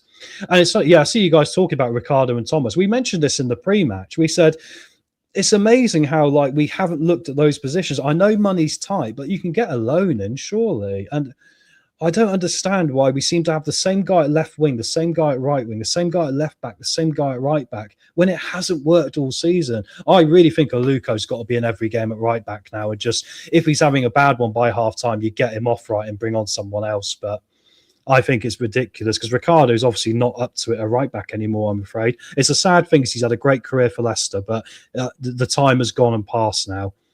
Long ball forward from Leicester now, going towards the Birmingham goal. We're trying to win this ball with Decordova-Reid. Aribo's going to pick it up here because Mavididi laid it off. Here comes Mavididi, trying to play one-touch neat football. Daka's nicked it there, but unfortunately it's gone just through to Beale, and he's going to clear it out here. We got them penned back a bit here, guys. Comes back to halfway, but we're going to go back to the goalkeeper again. Oh, so frustrating. Long kick forward now from Begovic. Comes all the way to the Birmingham City players. No Leicester players competing for it. And they're trying to find Osman. I think they've appreciated here that Ricardo is very weak, so they keep trying to get it out to Osman every time they go forward here. Luke Thomas is going to have an easier game of it today because almost Ricardo has shown he's going to be weaker in that position and Thomas is going to be at left back. What gets me is as fans, we can see it. Why can't managers? This is a very good point, mate. A very good point, Gray. Unbelievable. Here comes Mavididi now coming inside. If we can get back level in this, then maybe we can at least get a little bit more stable, but we don't look a good football team at all. Nice little dink ball there from Daka. Oh, over a kick attempt there, but it's gone, unfortunately, wide. It was Fatawu, typical Fatawu. The ball came in. It was about head height. He goes for the overhead kick, and it goes closer to the corner flag, and it does to the goal. So there we go. Scott there, back three, Nelson, Lascelles and Aluko. Aluko did pretty well at centre-back last week. I mean, I think Nelson also as well. I mean, you talk about small positives. I think Nelson's a very intelligent footballer. The only problem is where the club's going, he'll end up playing with someone else. You know, who's actually someone like Brighton will look at Nelson and go, there's a world-class player in there, and they'll come and, you know, give us 20 million quid and it'll be game over, won't it? Oh, it feels like the carcass is being picked at Leicester City, guys. Goal kick coming from Birmingham now. There is still some hope for me, though, because their goalkeeper Beadle has looked very susceptible. But the problem is we look incredibly chaotic and not smooth or slick in our forward play to be able to cause him any problems. Clara and Newman are two great centre-backs as well. They really are. To get them in the Championship, I mean, this Birmingham City team is going places, isn't it? Throwing comes in now. Fatawu's got 3 players on him, but he's used his skill there to get past a few of them. And it's going to be Wagner who puts it out for a throwing. Once again, Fatawu jumped out of the way as soon as there was a bit of sliding in there. He's very afraid, isn't he? He really has got to, you know, when it comes to this league, sort himself out a bit. Thomas with a long ball down the left-hand side, but it's just going nowhere. It was hit over here. It was beyond where Mavididi was, and it goes out for a goal kick. So what's the point? Oh, yeah. If we were looking for Foxes never quit, I mean, we're seeing Foxes don't want the ball right now. They seem to be kicking it out of play and just not really keeping a good control of it. It's terrible, isn't it? 17 minutes gone, guys. Worrying start. Still 1-0. Stephen King is being told what and who to play. Now his hands tied by. It wouldn't surprise me, mate, honestly, because it is so maddening, isn't it, to see Thomas and Ricardo in particular. Here comes Vicente now taking on Thomas, and it's going to be a corner here to Birmingham. Thomas at least is a good bit of defensive work there, but Vicente looks dangerous for them as well, and he's barely got into the game yet. Is it a corner or a throwing? No, it's gone out for a throwing here, actually. It just beat the corner flag. It's going to be Owatu who's going to take it. All Leicester players are back here. Dropped in. Goes to Dutch. I was saying his name right. That's good. And now Birmingham are going to play all the way back to Beadle, who's out halfway into his half here. Daka should be chasing him down here, and he's not doing it at all. He was stood about 10 yards away from him watching. Long ball forward now trying to find Vicente. Begovic has read it well and come out and claimed it. A lot of long balls trying to be very directive from both teams. Ricardo now goes for a long ball again. What's bizarre about us is like we needed to add some height this transfer window because we need to win second balls more higher up the pitch. But it would definitely help having some taller players, wouldn't it? We look like some of their centre backs look giants in front of us, you know, in front of our attacking unit, right? Skip now is going to lay it off to Aribo in the middle. Aribo's looked very flaky for me so far. He's like Ndidi if Ndidi was a little bit drunk. Sort of wanders a little bit. Doesn't look like his passing has particularly been on point so far, but it is only 18 minutes, so, you know, it can improve. We've got the ball between our back two right now. Lascelles. I keep saying the Sellers. It's the Cells. My apologies. Lascelles back to Nelson. Aribo's down here at left back because Luke Thomas has pushed up. Aribo just hoofs it forward now. Luke Thomas is trying to get forward here in the left wing, and he's got his arms all over Newman, but Newman just swats him away like it's a fly with a fly swat, and it's gone out of play here on the halfway line for a Leicester throw-in, guys. Like Craig said, not working hard enough. I think it summed it up when Patterson Daka could have closed down Beadle there, and he didn't. He chose to stand there 10 yards away, right? There's an arrogance in this team, isn't there? It's just there's an arrogance, so they think they're Premier League players or something. Oh, we don't do that. We don't run as much because we know we're a top 6 Premier League team. What, 2 fucking years ago? Sorry, 3 years ago? Excuse my French. I don't like to swear too much, but oh no, terrible. Anyway, I'll try and mind my swearing. I like it to be a family show. Obviously, Chris does it differently. Chris has got a different style. Going to be Daka now in the penalty. Oh, sorry, we're just following Daka. Long throw coming up from Luke Thomas. Luke Thomas here is going to throw it in. We've got to hopefully... If it wasn't for the goal conceded, will you say it's 50-50? Yeah, it's been scrappy, Prashant, but Birmingham just look a little bit more dangerous when they do get forward, right? Mavididi here is going to cross it in towards the back post, guys. We're not going to win that duel. It comes to Fatawu! 1-1. Bounce down, outside the penalty area, hits it on the volley, through the crowd. Leicester have equalised, guys. Game on. It is Leicester City 1, Birmingham City 1. And I tell you what, the game is reset now on 20 minutes. And it has been coming. We're getting a little bit better. Brilliant stuff. It's Abdul Fatawu, guys. And I thought as soon as he hit it, it had to be Fatawu because it was hit with such venom that no one had any chance. Just to see the replay and I'll play the thing. Throw in from Luke Thomas, down to Mavididi. Birmingham failed to mark Mavididi there. Crossed in towards the back post. Headed away, and it came down. It was taken down by Fatawu on the volley, through the crowd, into the back of the net. Guys, we're back in it. It's 1-1. Go! Back of the net.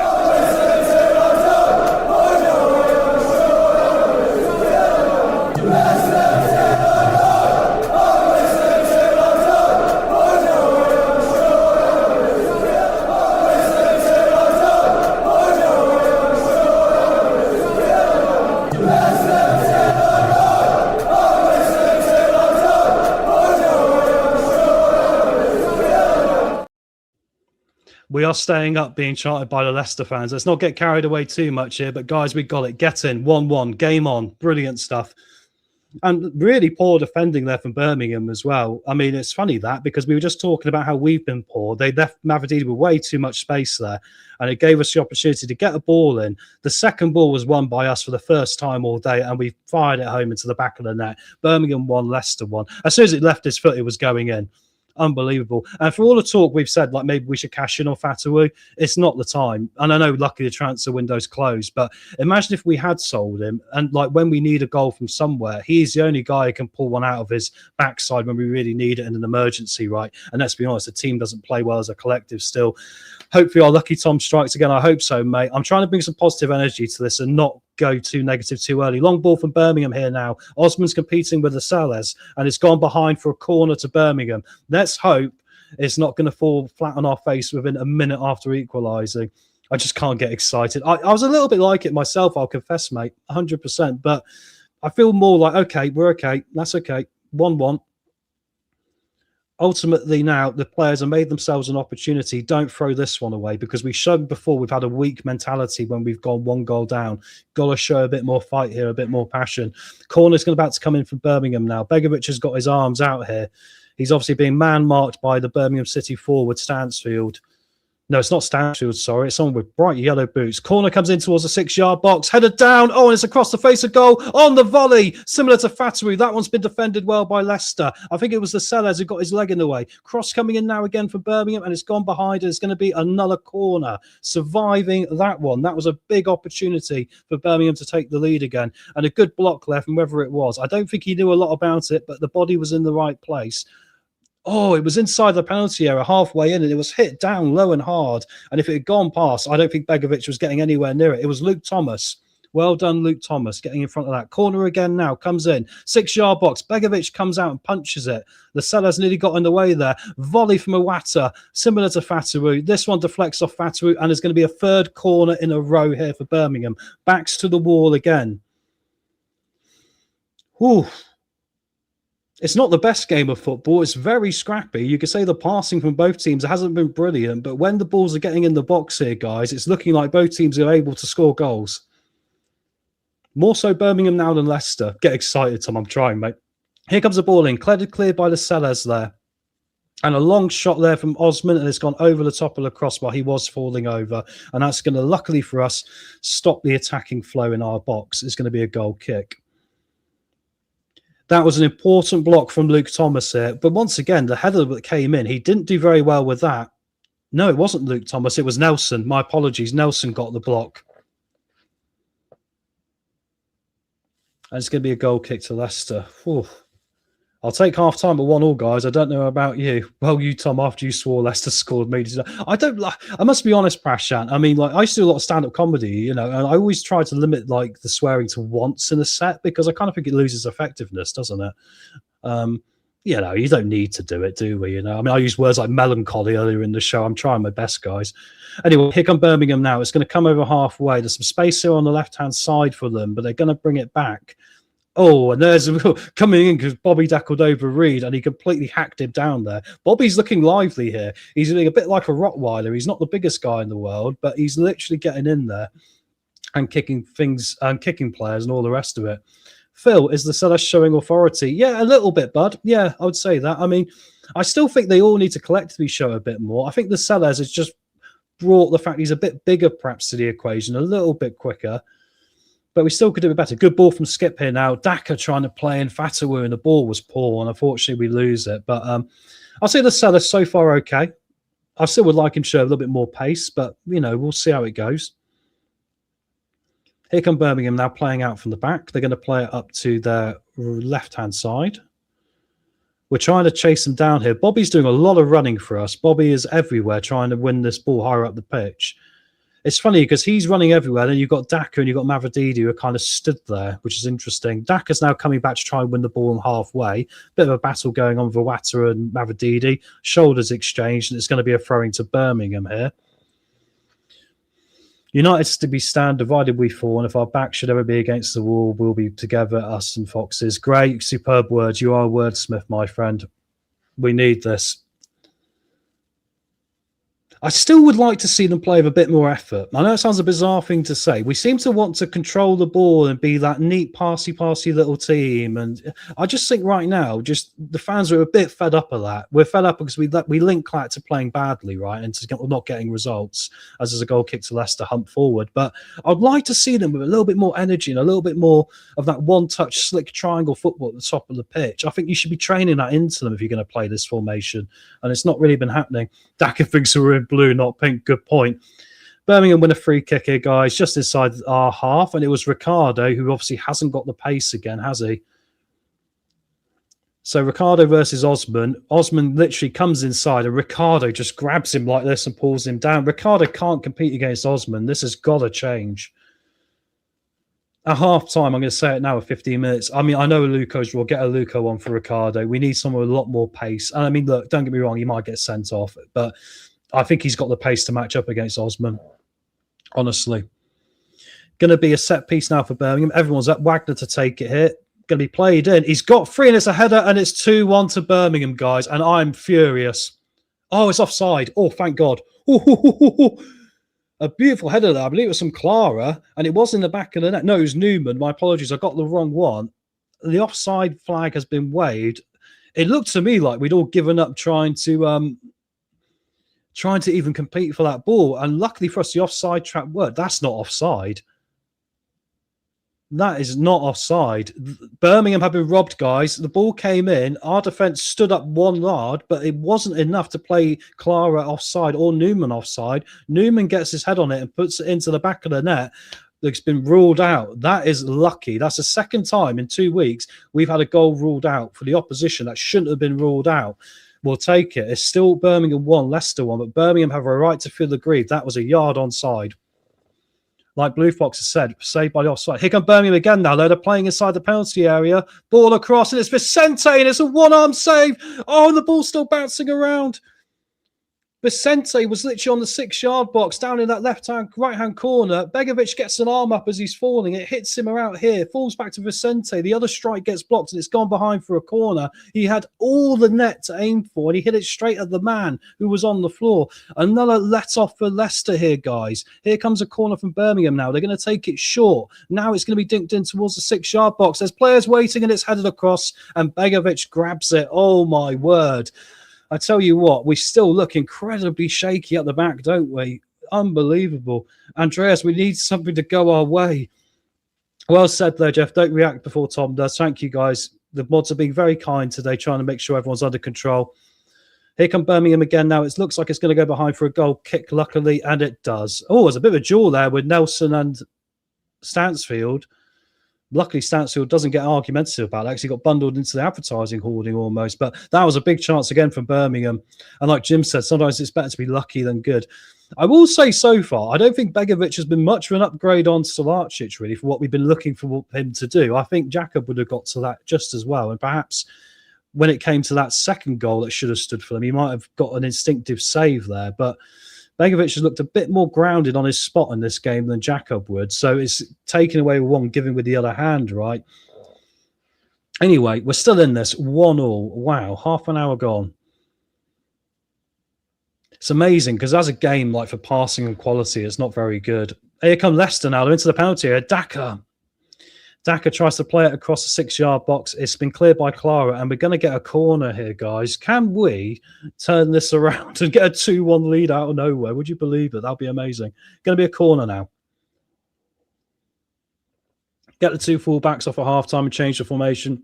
I don't think Thomas has been as bad, but I do think Ricardo needs to come off. I don't see the point in continuing with this. If it's just because he's captain, that's short-sighted. Very short-sighted. Might as well go over Luco. Corner coming in for Leicester now. We've got players up there. Skips the nearest one at the far near post, sorry. It's going to be Fatawi to take it, an outswinger. Comes in towards the 6-yard box. Oh, and there's a head on it, and it's gone wide. Lascelles nearly got his first Leicester goal, guys. He got his head to it, and unfortunately for us, it is fired past the near post, and unfortunately it wasn't on target. Oh, if he got it on target, I don't think the goalkeeper would have got there. It's funny because every time both teams go forward here, it looks like there's something happening. Bobby Decordova-Reid's got into a situation here, guys, with Osman, and the referee and the fans are kicking off. There's a bit of a scrum of Birmingham and Leicester players here, guys. Red card to Bobby Decordova-Reid.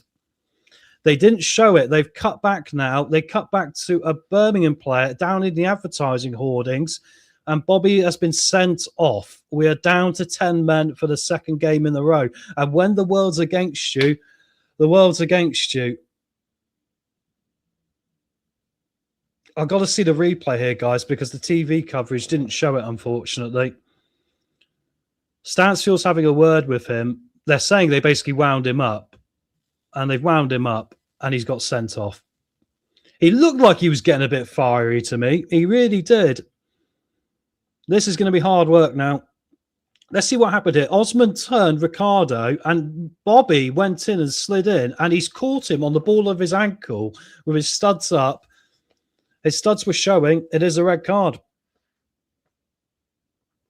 And we're down to 10. The only good news, I guess, is we'd have to change formation, and hopefully Osman's injured, because maybe Bobby thought, well, the only way to get him out of the game is to take him out. But very unprofessional. Well said, great.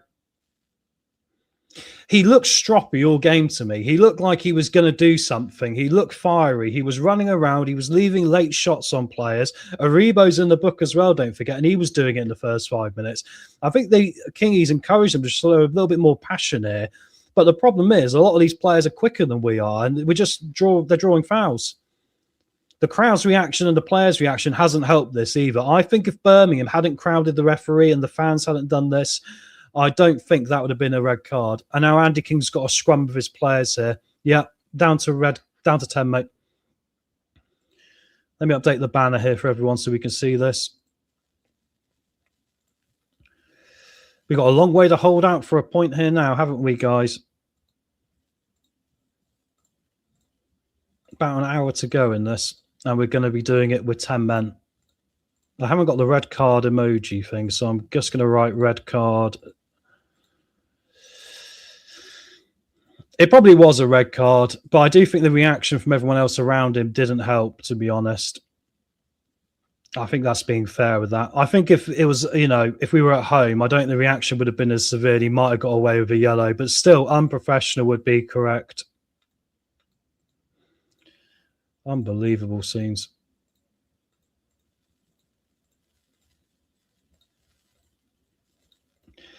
This now looks like it could be a bad day at the office for us, guys, doesn't it? There we go. Game's back underway now anyway. Out for 3 games. He joins a co-lead. That's another one. Maybe Aribo's going to have to play as a 10 next time, eh, guys? If we get in all square here, it wouldn't be a disaster.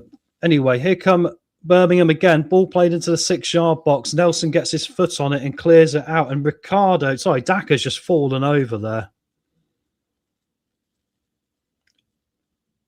Here comes Osman now. He's trying to come inside. A good ball through the defence. Stansfield turns and gets a strike away. Lucky it wasn't a lot of power on it. It's been blocked well there by Leicester, but it's going to be backs to the wall now, isn't it?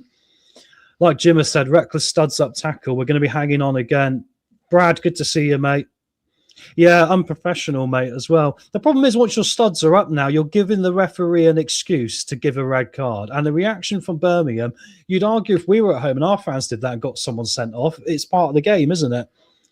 I think it could have been a yellow, but I think once your studs are up, you're playing a Russian roulette, aren't you? Luckily for us, there's a ball that's gone out of play there, but it's going to be down by our corner flag, and it's going to be a Leicester City throw in here with 10 minutes to half time. Oy. John, a bad day at the office. What, another one? Yeah, I mean, 2 red cards in 2 games. I mean, what can we say? Unbelievable, isn't it? Kingy's looking a bit concerned on the sideline. Gray, we're in a relegation battle and he gets sent off. Yeah, do you know what? It does seem to me some players don't want to take accountability. We've seen this before when players want to go on holiday around Christmas, right? If you're going to get your suspensions, you want your 3rd one to come ready for when it's Christmas, right? So you're not going to play Boxing Day. They do these things, footballers. I'm not saying he's done it intentionally, but what I'm saying is right now it shows to me someone that isn't too worried about playing games. Here comes Birmingham again, a header across the face of goal. It's stuck in play here now. It's going to be played back inside to Vicente. Begovic looked a bit at sea there, but the ball's gone all the way across, luckily. The centre-back for Birmingham presses up here and tries to play it into the box. Backs to the wall. Every Leicester player behind the ball, pretty much, apart from Daka. We can't get it clear, though. And now Daka's got 3 Birmingham players on him. And luckily for us, he's won a free kick. I don't think that was a free kick either. Daka just fell over, but we've won a free kick at least. He was going absolutely nowhere. If anything, he was turning around to go backwards. It was brainless. Completely agree, Brad. Thankfully, regardless of results, they will start a relegation spot. I think that's right. West Brom currently losing then. That'll be helpful. Andy King won't last much longer. Thomas is shocking. Yeah.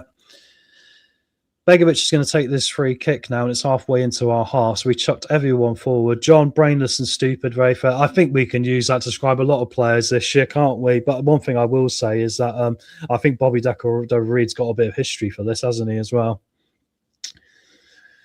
When you're in the trenches, you need warriors, you need soldiers, right? And we have not got that at all. Thomas trying to play it forward now and Daka, but it looks like he's going to go out of play.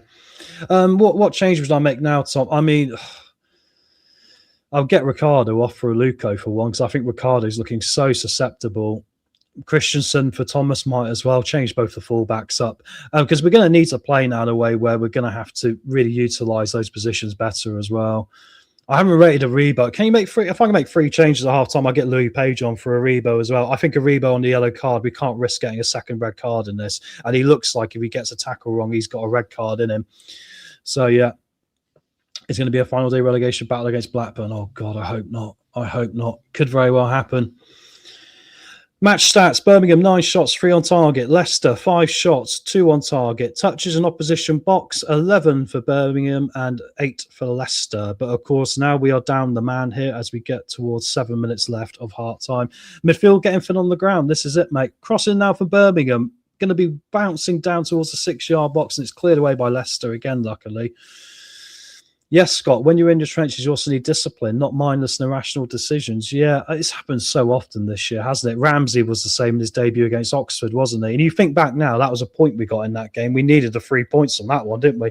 Against Oxford this year, we got 1 point. Against Charlton this year, we got 3. And we were lucky to get the 3 against Charlton. It really is worrying times, guys. And we lost to Blackburn, don't forget, at home. And we barely beat Sheffield Wednesday. Oh, it's really looking bad, isn't it? I want to try and be positive because I want to try and at least use my energy to try and give the club something, but it is looking very bleak now. It looks like we're out of ideas. We're going to have to go back to the wall now, and Birmingham look like they've got the quality to score goals. Anyway, Birmingham have got the ball back with their centre-backs now, but they're pushing over into halfway. They're trying to come forward here and trying to find an opportunity to get the ball in. It's really a matter of waiting now to see if there's going to be a goal coming from Birmingham. Brad, go 3-4-2, get Ricky off and bin him into the under-12s. Yeah, I'm pretty sure he'll be terrible at that level of kids will be running rings around him, mate, won't they? Going to be a throwing here to Birmingham. Sorry, to Leicester. The referee gave it in our favour here. Let's get to half-time 1-1 and then we can have a think about this, can't we, guys? So frustrating. I can't believe what Bobby did there. I can't believe it, guys. It's terrible, isn't it? Preston are taking the lead against Portsmouth. That could be helpful for us. I've just seen it pop up on screen. 40th minute goal for Devine for Preston to put Preston 1-0 up. We need to see some other teams lose today. How are West Brom getting on? I'll quickly check. Going to be a free kick here from Leicester. Played forward, now down towards the left-hand side. It's hit Daka and it's gone out of play for a Birmingham City throwing. Daka's looked terrible in this game as well. He's either been falling over or he's not been running or he's...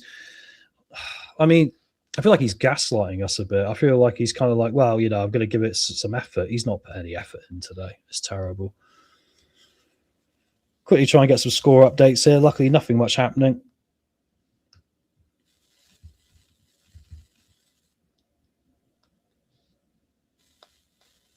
Let's see what else is happening elsewhere. Going to be Birmingham City getting another corner here now. As they quickly transitions up the pitch there. No, sorry, it's a free kick. I do apologise. Here comes the ball in now towards the near post. Stanseal's got a touch for it then. It's gone behind now for a goal kick. Birmingham, every time they come forward, guys, really make us look like we're going to poo the bed, to put it politely. At the moment, West Brom are 0-0 with Stoke. which is probably the result we want to keep an eye on, guys. Oxford are 0-0 against Coventry. I mean, they're slightly behind us. Bristol City are 2-1 up against Hull, which is an interesting game. And Preston 1-0 and Wrexham Millwall 0-0. So, yeah, so at the moment, the other games are going in our favour a little bit, but we could do with Stoke taking a lead against West Brom. But Tommy's a goal machine, yeah. I did say we shouldn't have played Daka against Cheltenham. That was our one goal a year, and we wasted it in the FA Cup, which we didn't need, really, did we, Keith? We should have saved it for like a relegation last day, but we needed something miraculous to happen. But there we go. Bring Whisper on. And not a bad shout here. And I think, you know, if you're going to make some changes at half time, some people have got some pace and some people have got a little bit of individual quality. I could make an argument to make 5 changes at half time, but obviously I don't think that'll be very good. We'll see what Wayne's got to say. He'll be in us at half time. Going to be a goal kick here to Birmingham again. Beadle's going to kick it out short here, and Birmingham are trying to play out from the back. They come forward now. Solis running into all the space in the world as we all march back, trying to get into a back 4-4-1 system. Excuse me.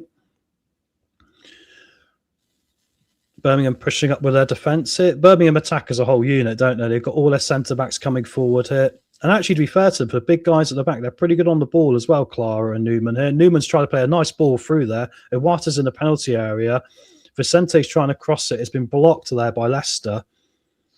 Birmingham have got us hemmed in here to end the half. That would really top up our half, guys, wouldn't it, to see us go down by 2-1. Hey, Clibber, how you doing, mate? It's not looking good. Going to be a corner now to Birmingham. I agree with you, Clibber. It is worrying. I mean, I'm trying to be positive because I kind of think now it's looking so doom and gloom. Like we need to get some positivity somewhere. But the team looks like they haven't got what it takes to stay up in this division. Honestly, they really do look that terrible. Ball comes in now from Birmingham. Is this going to be 2-1? Beatles about exactly. Anyone playing well for Leicester? Honestly, mate, no. I'm sorry. It's really overhit that corner. It's going to go to the back post. It's bounced down, but Lascelles is going to... Lascelles, sorry. I keep saying his name wrong. My apologies. I'll get you. Jamal's clicked it out. We mustn't concede again for half time. Great comment. Definitely agree with that, mate. We've only got about a minute to hold on, and plus whatever stoppage time is going to come our way as well here. But here come Birmingham again. They've got us hemmed back in. Left-hand side, they've got the ball. They're just holding on to it now. So players running around trying to find a bit of space. They're going to play back across the defence again and try and flick it in centrally towards the 6-yard box. Bounce down and it's gone behind for a goal kick here, luckily. Oh dear, it's not looking good, guys, is it?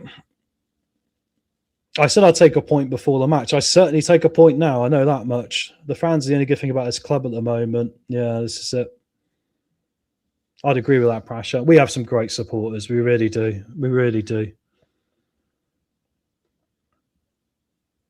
And it's funny because like we hear things about back the board and back the fan and back the boys and all the rest of it. But I tell you what, like you can't do it when the players are literally refusing to give you the same effort. You can't. I'm sorry, the players have got to put more effort in. They've got to really care about it, and they just still don't look like they're quite there for me. It's not like a thing you can give or take. It's a non-negotiable, as Kingy would say. You've got to work hard, and they're not working hard enough either for me.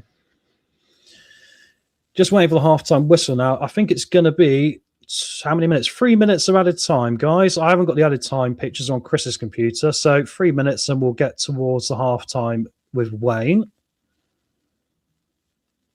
Back with the Birmingham goalkeeper now.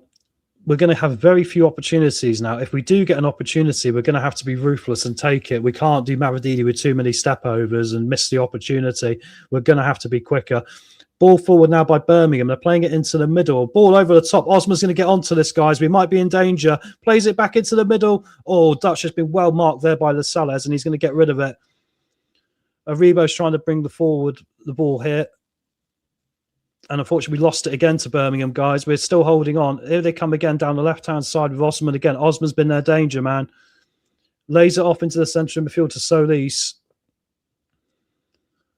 Now we've seen them go inside. Every time they go forward, their fullbacks end up becoming wingers, and they end up obviously having the inside forwards. And they got 4 people in the box as they get the ball behind here. Leicester for the corner.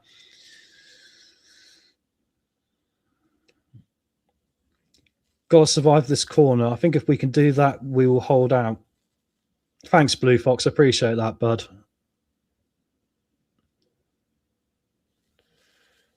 Corner coming in. No, the referee's going to take a minute here, guys. There's a bit of didn't seem to be much shoving going on there, but the referee is just saying calm down a second here. Ball's about to come in now. Corner comes in towards the 6-yard box. Oh, and there was players there, but luckily we've managed to win the mosh pit. There was about 3 Leicester players and 3 Birmingham players fighting for the ball just at the near post, but the ball's come back across here to Dutch. Oh, and he's hit the crossbar, guys. He was about 2 yards out, down towards the bottom of the right-hand side of the 6-yard box. He flicked it up, and it sort of clipped the crossbar and has gone out for a throwing on the opposite side. Luckily for us, he was a bit too close to the goal. If he was any further out, that might have been a problem for us there.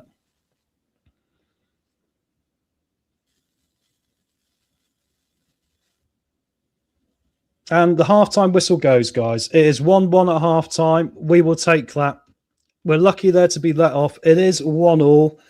Let me bring in my co-host with the most. We'll have a break after this for 5 minutes to get into the second half. So I think we'll all need it. But as for now, hello, mate. Oh, and he's muted, guys. He's muted. Yeah, sorry mate. By surprise, didn't I? How you doing, bud? All right. I could do having my headphones in the right jack, couldn't I, mate? So I could actually hear you. Wayne, what do you make of that, bud? I suddenly realised I was listening to the commentary from the game, and I was like, Wayne's not speaking. So, yeah. I mean, what do you make of it, mate, so far? We got in at half-time, and I'm going to quickly put the score up here. It is 1-1. So what's your first thoughts, mate? Roller coaster. Yeah. Oh, mate, it's been terrible, I think. I think it looks really terrible. Yeah. I mean, what do you make of the red card? I mean, I don't even know where to start. I kind of would like to be organised, but I'm just like, oh, I don't know, mate. It's so disappointing. The red card for me is obviously at least has had the biggest impact on the game. Do you think we've got a chance of winning this? Before the red card, I thought maybe. I mean, you know, to get sent off near the halfway touchline is just ridiculous. You know, and it's not like a young kid like a Luco. He's a seasoned professional. That's down to choices in the moment, isn't it? Yeah, exactly. Yeah, it was once again, he looked like he was getting wound up for me the whole game. He was running around, and we talked about this in the pre-match. Foxes never quit, trying to get that group together where there's a group effort to show a bit of passion and desire. The problem is we're having individuals showing frustration like we did last week with Vicoli and like we've seen here, and it's sabotaging that whole principle, isn't it, mate? I mean, I'm just disappointed just to see that we haven't really learned again. Do you feel like this team, you know, has really got to focus on this as the main thing right now? Is like, look, get together as a group and sort it out, because we're still seeing individual frustrations, right? Yeah, and I think Ricky P, I mean, what a catastrophic error. So you got the two most experienced players on the pitch. One is literally, I mean, that goal, it's not like it came from the blind side. He knew the play was there, and yet he still chose to try and control it. Obviously, his thought processes are not quick enough, and he gets done and they score a goal. So, I mean, what it's like Kingy last week, you know, Cody got sent off, and then Chowdhury got injured. What do you do with that as a manager? And you got Ricardo gifting him a goal, and D. Cordova getting sent off for something. It wasn't in danger of a goal. Just two catastrophic errors. And what do you do with those as a manager? Well, exactly. Yeah. I mean, I'm gonna slightly left field you here on this. I mean, we talked about this in the pre-match. I mean, how can we be putting Ricardo on the team sheet anymore? I mean, is the captaincy that important? Can we not move the captaincy on? Because I can't really see any reason why he is actually starting these games now at right back, mate. I mean, we've moaned about Luke Thomas, and Luke Thomas hasn't been half the problems there. He's not been great, but Ricardo has made the 1 or 2 errors here. In the first 5 minutes, there was 2 of them. I just don't know what we're doing here. I mean, are we sabotaging ourselves by once again some poor decision making in our team selection? Yeah, I think it's that lack of bravery, isn't it? So the trouble is, I suppose, if you've got a captain, what do you do then? All of a sudden drop your captain. But Ricky Pear's been off for a long time.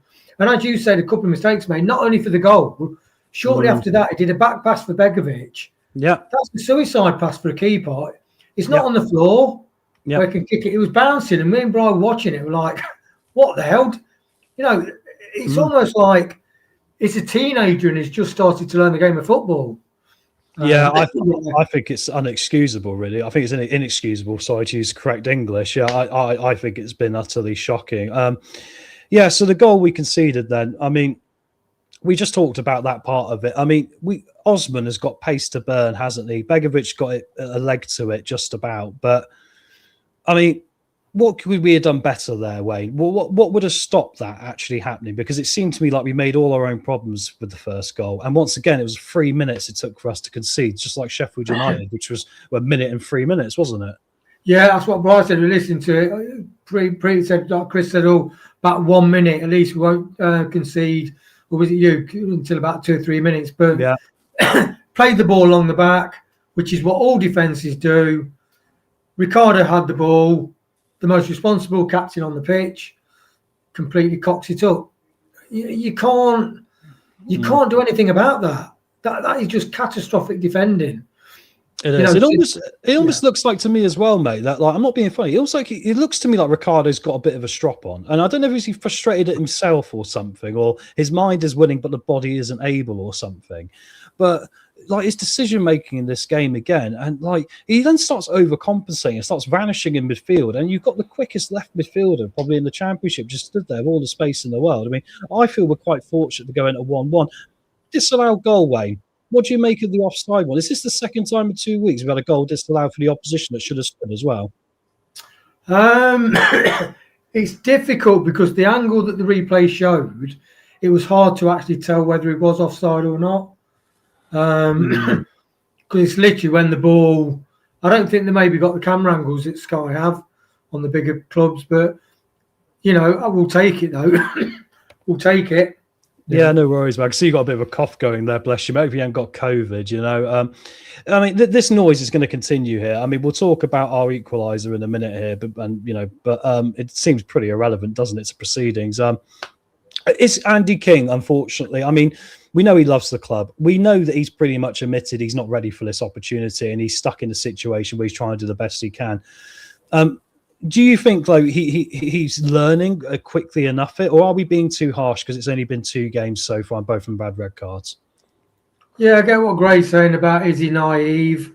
I just think he's had a real difficult job of a side that's lacking confidence, crap attitude really, with a lot of players. And, you know, you look at the starting lineup, that's very different from the starting lineup on game 1 and 2, 3, 4.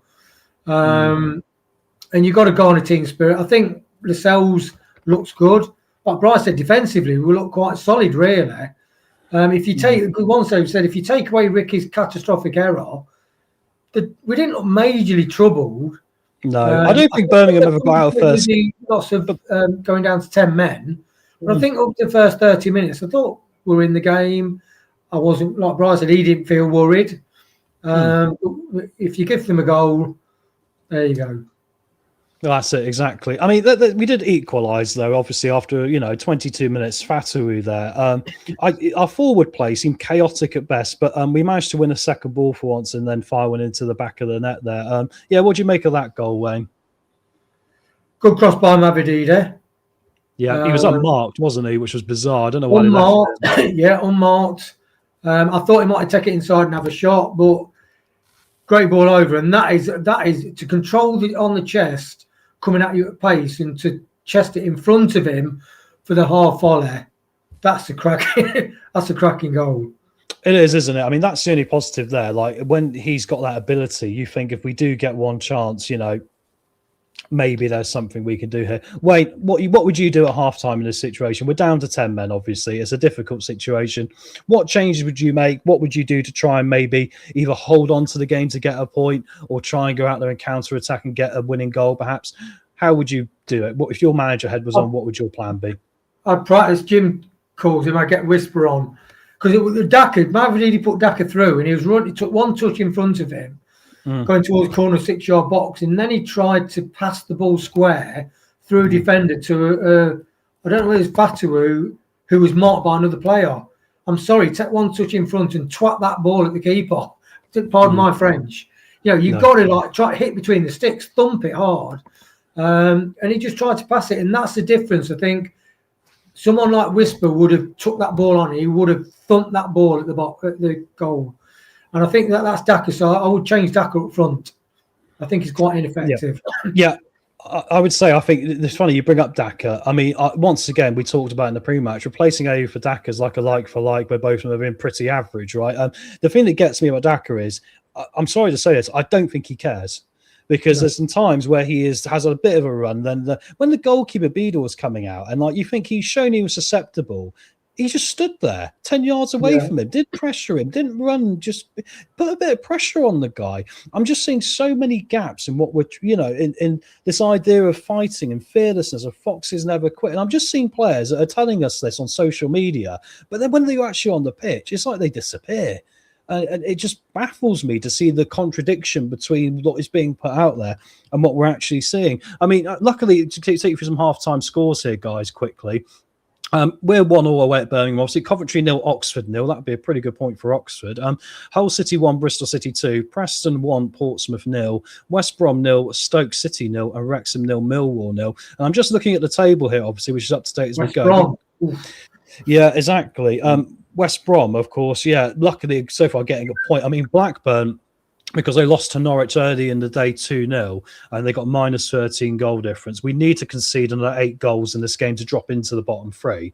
We'd have to lose probably 8-1 to do the goal difference swing around, right? So we can't go in the bottom 3 today. But if you're Andy King right now, how much do you stress to these players what a big 45 minutes we got coming up here? Because obviously the bottom of the table is creeping up behind us like Jason Voorhees or Michael Myers in a horror film, right? You got to say, exactly. I do think for 30 minutes we're in the game. I think that psychologically, with how we have been in the past, I think we did to get in at half time with 1-1. That is definitely a result. But we do need fresh legs on, and we've got to. So that's the thing with Daka not shooting when he had the chance. We won't get many chances. So when we get a chance, even if it's a half chance, you've got to try and hit between the sticks. So I definitely would change it. It's got to. I do like Lascelles at the back. I think at the back, apart from when we sat too deep, I think up till the sending off we played. I liked his organisation there, but come back, JJ. Come back, JJ, indeed, mate. Yeah, right, guys. I'm just going to quickly grab 2 minutes here, and then we'll get to the second half. Wayne, thank you very much. Yeah, I'm sorry your voice is going here as well, mate. The effect of Leicester, isn't it? But I mean, terrible first half, I think. And unfortunately, if we do get in at 1-1, guys, we might have to celebrate it a little bit. But we'll be back here in just 1 minute's time because the second half will be underway. And then we will see how it goes. Wayne, I'll see you at full time, bud. Cheers, bud. Cheers, mate.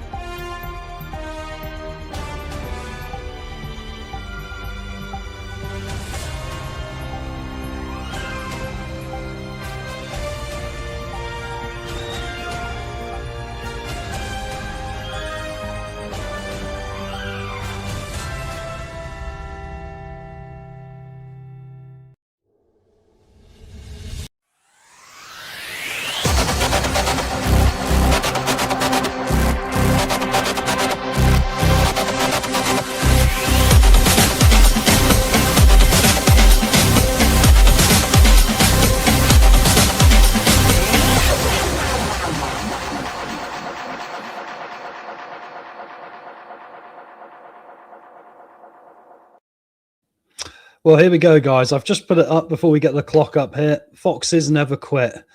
We're going to need a lot of that this afternoon, aren't we? The players are out on the pitch, and we are seeing Harry Winks is coming on. This is a bold, bold decision. I believe it is for Skip, but I'm just about to confirm that for you all.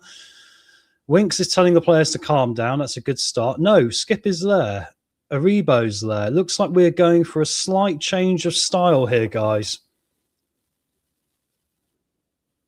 I'll just double check who he's come off for here, everyone.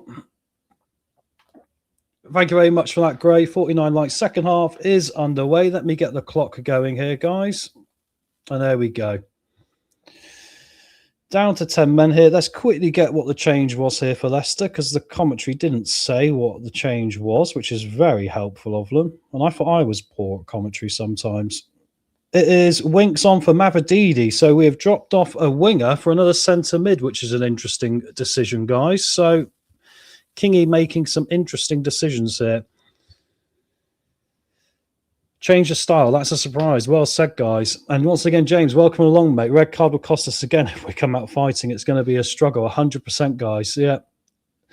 Anyway, let's see what happens here. I mean, if we can get in and it's 1-1 at full time, I'll take it now. It could be a very big point for us. But there's been a lot of times this year we have played games like Oxford, or we played like last week, where a red card has really caused us a lot of problems. And it's been our own making that has made this happen, right?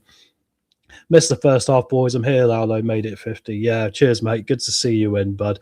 And thank you for all the likes, guys. We're on 49 already. I want to try in for 60 plus today. I know 50 is the magic number, but if we can keep getting the word out and keep hitting those likes, I know that'll make Chris very happy, bearing in mind he's away right now on holiday. I want to try and see if I can get that a bit better. There we go. That's nicer, isn't it, guys? There we go. Birmingham with the ball now. Wagner on the left-hand side. Looks like we're going for a shape, which means Fatwu is going to be playing as a secondary striker alongside Daka. So the shape is 4-3-2. We've got three centre mids. We have got Winks. We have got Skip. We have got Aribo. Up top, staying in the middle, is Fatawu and Daka. Interesting. So we've kept the out-and-out striker Daka on. He's been pretty poor. Mavadidi's come off and been sacrificed to make the shape change. Here come Birmingham again now, though, towards the outside the penalty area. They play it down to the left-hand side. Wagner crosses it across there, and it's gone behind, and it's going to be a goal kick for Leicester City. Osman got on the end of it. How are you feeling? Crazy times, isn't it? I can't believe we got another red card. I really can't. We never should have banned hunting. The Foxes are getting lazy. Oh, mate. We'll see what happens. The change of shape, I don't know. Maybe this could be a tactical bit of genius from Kingy. I will say this, though. So far, I think picking Ricardo and Thomas. I mean, Ricardo's been the one today who's been terrible. I mean, picking Ricardo to play against the quickest left-sided midfielder in the Championship right now, I'm not so sure that's wise. I don't know if football managers look at this. I mean, wouldn't you look at the opposition and go, well, I think it's going to be this guy and he's going to be dangerous. Ball down to the left-hand side. I speak of Osman now, and there's going to be a sliding effort from Ricardo there. Ricardo literally looks like he's sucking on a lemon. He's so frustrated with himself. Here come Birmingham again now. It's going to be the midfielder Pack there, who's going to play it down again to the left-hand side. Leicester players here trying to keep in a nice little shape. We've got everyone back behind the ball. You can see the 4-3-2 shape we're going with here. And Birmingham are going to have to try and play through us. You can see that. We're not really closing them down there. We're sort of standoffish with them, and we're trying to make them play around us, which seems a little bit counterintuitive. Down the right-hand side now, crossing towards the 6-yard box, headed clear by the Sellers. Comes out, and Fatawu's gone down there. No, sorry, Daka's gone down here. And Daka's complaining that was a free kick. That was very Jordan Ayew-esque, Claire, from Daka. Daka trying to go down very much under light contact. Referees in the Championship will not buy that. They will not give free kicks for 50-50 touches like that. And a goal kick out from Leicester goes all the way back to Beadle in the goal for Birmingham. Could be a fascinating 45 minutes here. We're going to have our backs to the wall, but the way we're setting up, it looks to me like we look to try and break and maybe nick a goal on the counter. What a 3 points this would be if we can pull it out. But you've got to argue so far, it looks more likely that Birmingham are going to walk away with 3 points here, especially when their goal shouldn't have been disallowed. Second time in 2 weeks, guys, you could say there's been a goal disallowed in favour of Leicester that shouldn't have been disallowed. Here comes Osman now, cutting the ball inside, cleared away by Winks. And it's going to come all the way back to Clara, back across to Newman. Birmingham pushed right up into our half here, including their centre-backs. Ball in from deep. Nelson gets a foot on it. It goes off his foot and goes behind the goal. It's going to be a corner here. Get Ricardo off for a Luco. I totally agree, mate. The good thing about bringing a Luco on here for Ricardo would be, excuse me, you could use a Luco as an outlet. A Luco's got the pace and the ability to cover yards, hasn't he? I'm going to get a drink here, guys. You might hear that off in the background. Yeah, so I think that's a good move. I think you can it'd be quite a versatile move to do that. Going to be a corner to Birmingham, though. In-swinger coming in now towards the 6-yard box. There's been a knock on it there from the Sellers. It's going to go all the way across here for a throwing to Birmingham. Cheers, everyone. Hope you got yourselves a nice drink. We might need it this second half. Here comes Solis now coming into the middle here. Once again, all Leicester players back behind the ball, nice and compact. The only advantage we've got in this... Oh, I didn't realise I was covered in foam. I tell you what, it's like hot fuzz watching this, isn't it? I do apologise, guys. I'm an embarrassment to social media doing stuff like that with a blooming load of Guinness froth on my moustache. But it's interesting because Birmingham, what I was going to say was, Birmingham have been a bit like West Brom this year at times. They've not actually been as good at breaking down teams as they would like. That could work in our favour second half. If we can make it very difficult for them to break us down, we might be able to hold on to a point. I'm not giving up on that fact. I think it is doable, but I won't say it's not going to be difficult because it probably will be. Here come Leicester now on a counter, and Beadle's come all the way out there, and unfortunately Daka couldn't get there. And it's going to be collected by the Birmingham keeper. But that's more what we want to do now. Be compact and be like a loaded spring and come at them when we get opportunities. The ball's going to go out for a throwing here, just in our half. And Daka's kicking off about it, saying it was our throwing, but he's wrong. I'm going to be watching my moustache now, trying to drink this Guinness. My word. Anyway, ball comes up the right-hand side now for Birmingham. 50 minutes on the clock, guys. So we survived 5. We've got 40 to go, plus any added time. I've got a weird feeling we're going to win this. Am I being too positive? I totally am being positive. And thank you, guys, and thank you, Gray, for that. 57 likes. If we can get past 60, we'd be delighted. I know I'm pushing it today. 50 is the magic number for us, but thank you for your support. We've got over 100 of you in watching right now. We're in it together. Foxes never quit.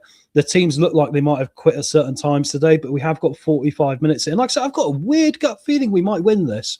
I know, don't say stuff like that. I know it's bad, isn't it? Curse of the commentator. Normally what I say does come true, because I talked about how Ricardo matching up to Osman was a really bad team selection choice, and it punished us within 3 minutes again, didn't it? So let's hope it's going to be positive stuff, James. Come on, mate. We can do this. Here come Birmingham now.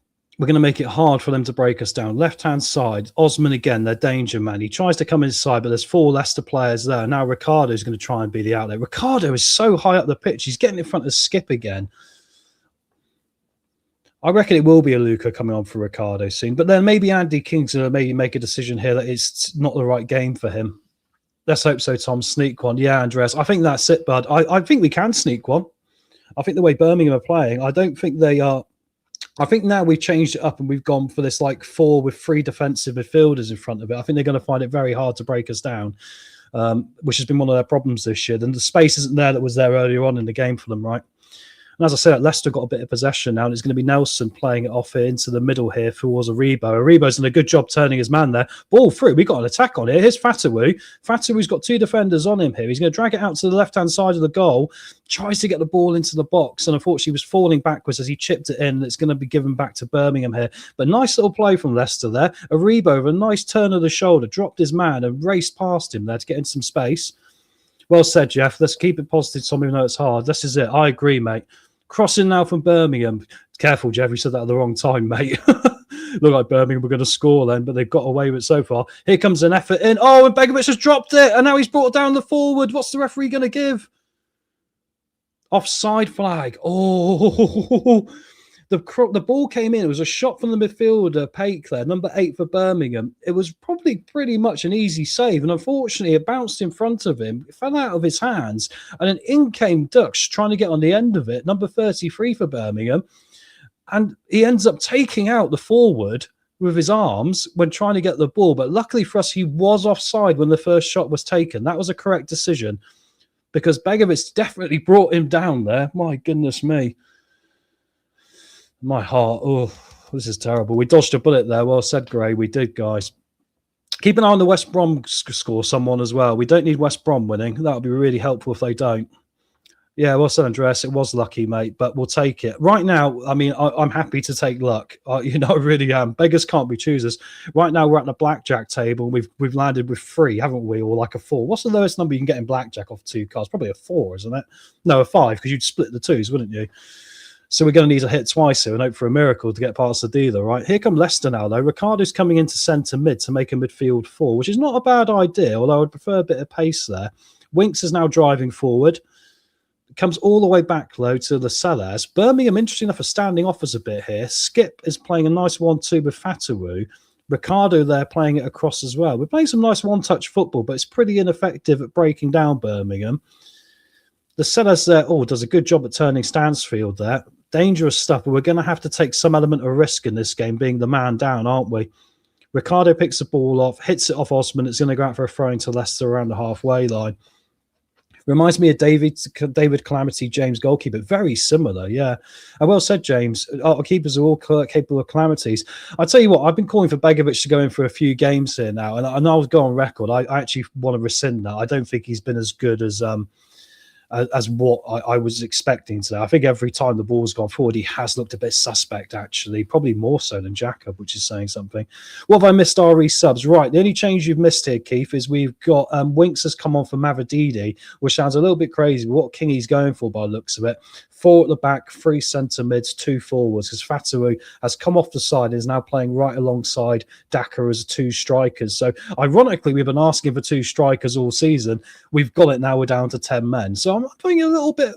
I'm not down and out about this yet, guys. Skip now is winning a header up the pitch. Fatawu there competing with Wagner. Going to go all the way back to Beadle in the goal for Birmingham. Beadle's about, lays it off up there to the opposite side. The only problem we got here, of course, is if they exchange, the ball between left side and right sides quickly, switch to play is a technical term, isn't it? Then they're going to be very dangerous using width here because we're going to have to go narrow and try and suffocate this game. Here comes Osman down the left now, the danger man for them. Comes back into central midfield, but it's going to be Clara pushing forward from centre back here. Up to the right-hand side again. Birmingham got bodies getting forward in the box here. Leicester with players back. We're going to have to defend crosses as if we're playing table tennis all afternoon, guys. Comes back up the right-hand side. We're literally scaring them from getting the ball in right now, which is helpful here. Bring Whisper on Daka off. I'd agree with that. I'd bring on any of them for Daka. I think Daka's been pretty useless again today. Ball in for Wagner now. It's left by one Birmingham player. It's going to be a shot from distance, and that's a great save from Begovic. Great save from Begovic. One hand tips it over. The pace on that ball was utterly venomous. It really was. And it was flying into the bottom of the, underneath the crossbar. And it's going to be a corner now to Birmingham. Here it comes in towards the back post. And Begovic grabs that one. Curse of the commentator. I was just saying how he hasn't impressed me that much today. And that's a good save and a good taking of the ball there. Come on, Leicester. We'll take it. James, give Divine a chance at Daka. Seems quality. I think that's a great shout, mate. Yeah. I think a bit of youthful exuberance up top can help us. But here come Leicester now, and it's Fatawu. Unfortunately, he's not competed for the ball there with Clara, and it's been kicked behind him. And it's going to be, I believe, a corner to Leicester coming up to 58 minutes. We're seeing Birmingham are getting ready to make a change. It's going to be Doyle warming up for them in centre mid.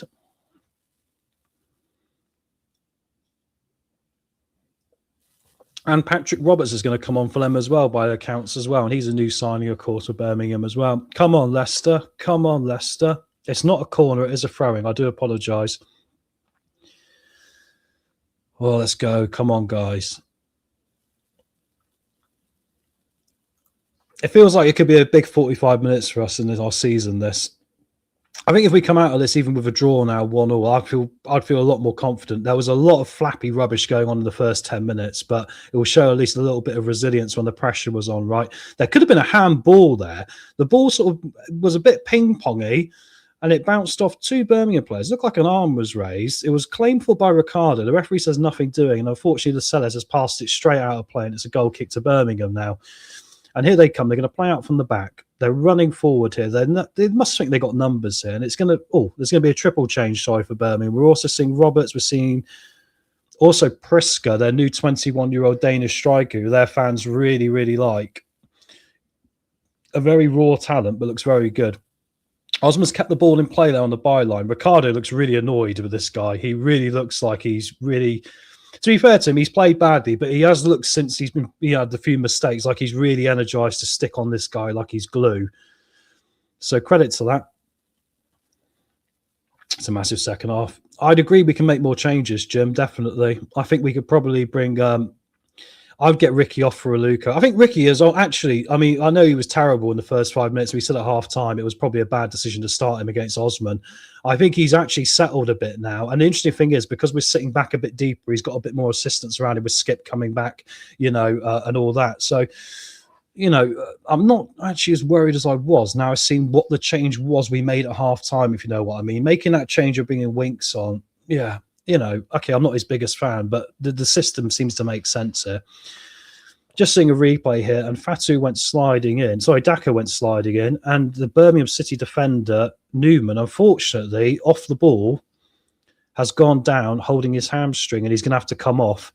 So Birmingham were preparing there to make 3 changes, and now they're going to have to make either 4 or change one of those options because their centre-back is down. Just past the hour mark, guys. We survived 15 minutes. Not asked the committee for more subs. Guys, get it in the chat. What subs would you make? I don't mind that at all. That's not breaking anything. So, say this is what I would do versus, making it out as if it's happening because we don't need to get banned. But, we need to react to our own changes. I'd agree with that. Definitely, mate.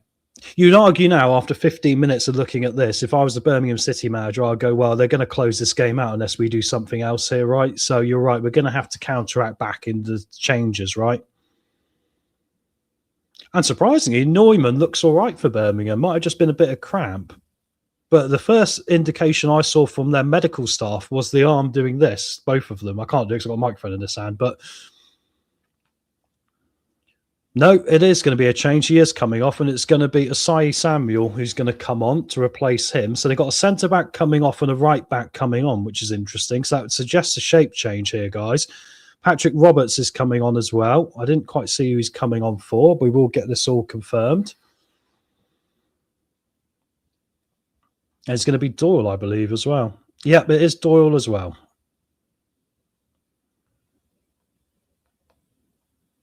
Just waiting for confirmation on who's come off it. Okay, so we've got Newman off at centre-back for Asai Samuel. We've got Iwata, the right-back, coming off for Tommy Doyle, who's the centre midfielder. And we got Carlos Vicente off, the left-hand side player, who's going to be replaced by Patrick Roberts here. And it looks like they have changed shape.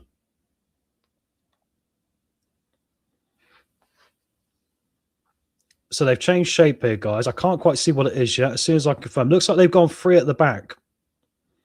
Maybe gone 3 at the back. I mean, Asai Samuel's got a lot of pace for them, hasn't he? So that's going to be difficult to deal with as well. But I think I quite like Doyle. I think he's got a lot of Premier League experience. Coming down the left-hand side now, Birmingham, and it's going to be Osman again. We're doing a good job here of neutralising his pace second half. But he's played a nice through ball there. Luckily, it's been knocked on by Paik and it's gone behind for a goal kick to Leicester. But we've done a better job this half of neutralising the game to a point where he can't use that pace on the left-hand side. I think if we take that away from him, I don't think he's as good technically on the ball. If you're managing someone like Osman, you need him just to use his pace, right? That's his skill. If you take that away from him, he's not going to do anything. James would go with Ricardo off, Aluko on, and Divine on for Daka. I can't disagree with you, mate. I mean, I think Ricardo's been better this half, but I would like the burst of pace that Aluko can bring, because I think if we're going to smash and grab this, we're going to need Aluko. We're going to need someone to come on for Daka who's actually going to run that little bit more, because Daka's not done enough running for me in this so far. Played around at the back by Birmingham here. It looks like they've literally got only 2 at the back at the moment. They really, really want to get 3 points from this. And once again, Osman's trying to get the best of Ricardo, but he's slid in there and he's kicked it out of play for a throwing. Imagine that, Tom. They make changes and we don't. Yeah. We'll see how it pans out, mate. I think after 5 minutes, if it looks like we're getting overwhelmed, we're going to have to do something back here, right? Comes down the right-hand side. Players lining up in the box again for Birmingham. Doyle here is going to try and get the cross in. He does. He goes all the way across the back post and it's out of play. Luckily for us, Birmingham's showing what I thought they would. When there's teams that park the bus against them, they find it difficult to break teams down. They've had a season like this. And I think they might have given something here. What's happened here?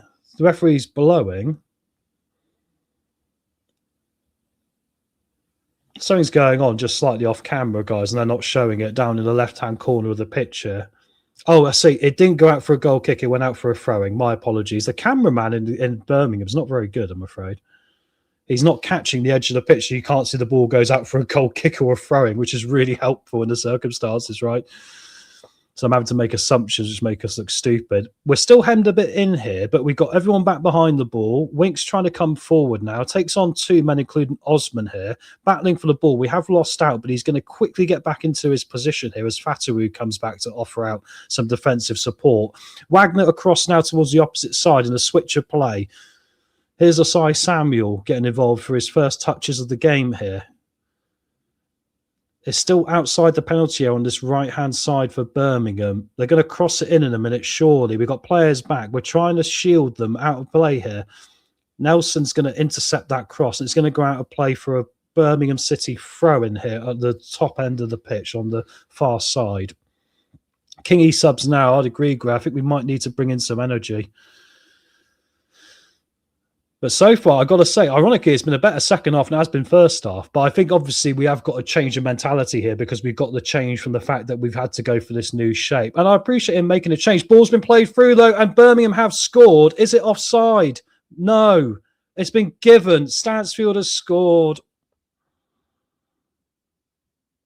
Just when I was literally singing the praises of how we've defended, and finally Birmingham find that through ball, and it has gone through to the main man, Adam Stansfield. He has slipped it past Begovic from about 6 yards out, diagonally across the goal into the far corner. And it was Roberts who came on. We didn't close down well enough there. And Dutch plays a nice little through ball.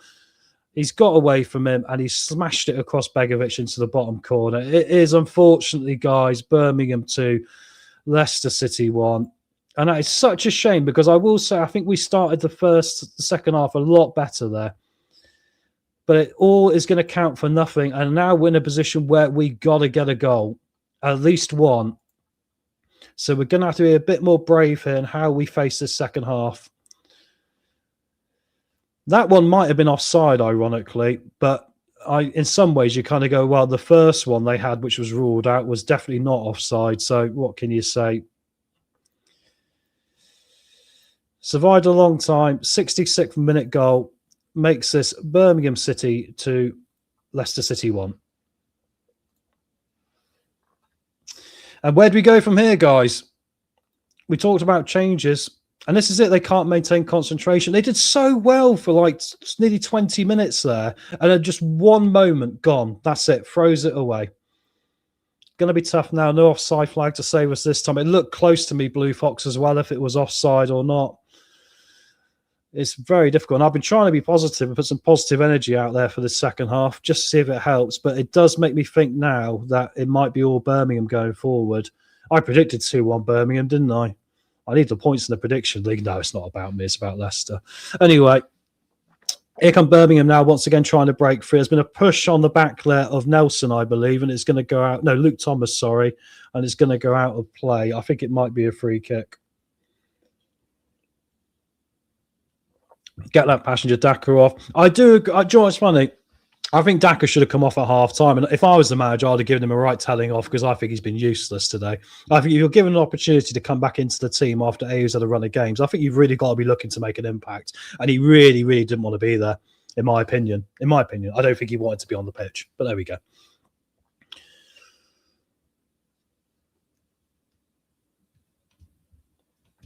We'll see how this goes, guys. We're going to need a counter-attacking goal from nowhere. And it's going to be Begovic here to take the free kick. In all my years of supporting, I've never seen the amount of disarray in our team right now.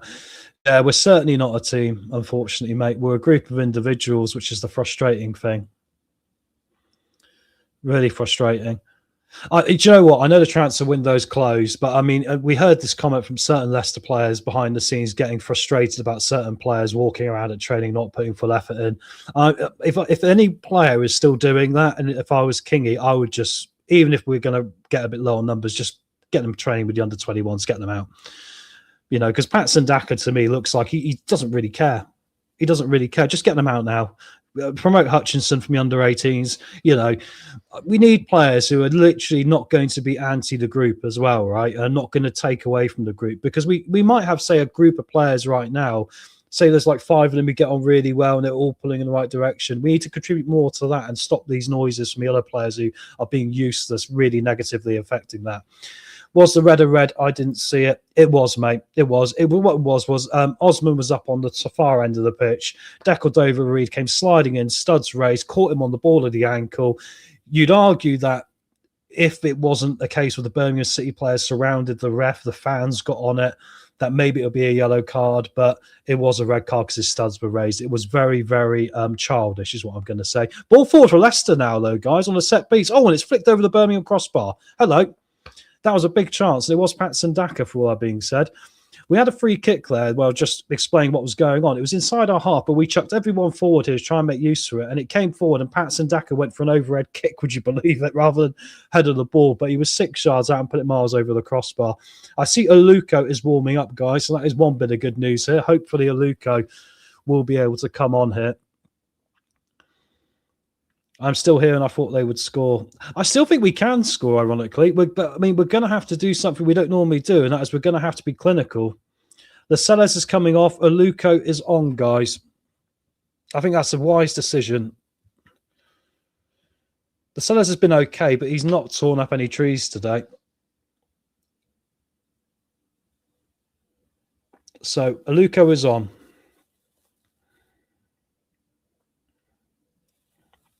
Yeah, maybe Kevin. Yeah. I know some football clubs down in the lower leagues, Kevin, they really have problems when they get promoted because of the budgets, you know, and if there is no money behind the scenes, it would be easier to be in the lower league. We've got to have less expenditure, right? Don't want to think like that, but it could be possible. Ricardo should have gone off. Yeah, I think that's right. Great. If Monga can't get on now, what's the point? Some good points here, guys, coming in from the chat.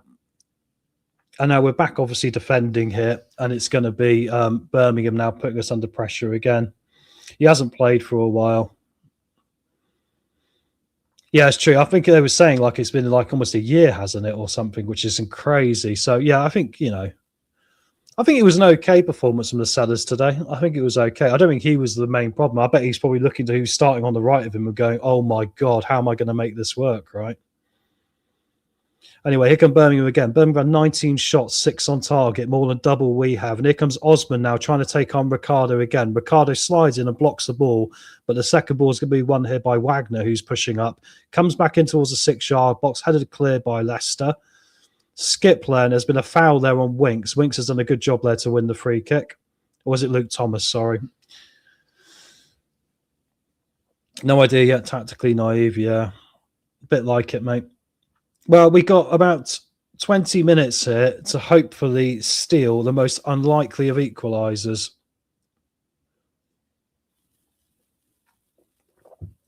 Long ball forward now from Begovic. Sorry, I was getting the wrong goalkeeper there.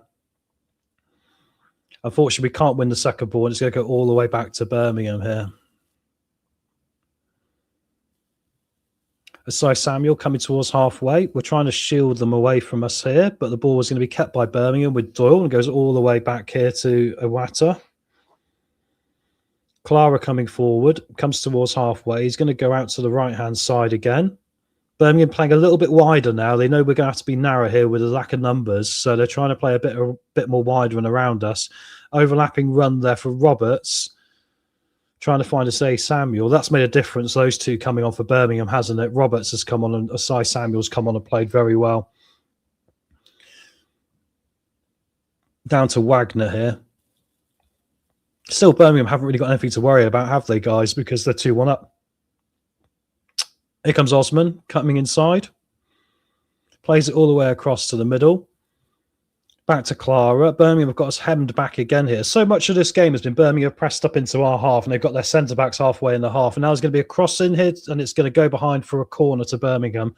Good block there. Feels hard work, this game, doesn't it? I would bring a point back. Need you in charge, Yvonne. Need you in charge.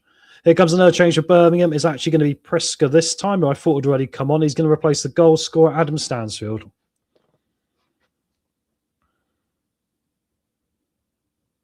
15 minutes to maybe get a point. Cheers, everyone.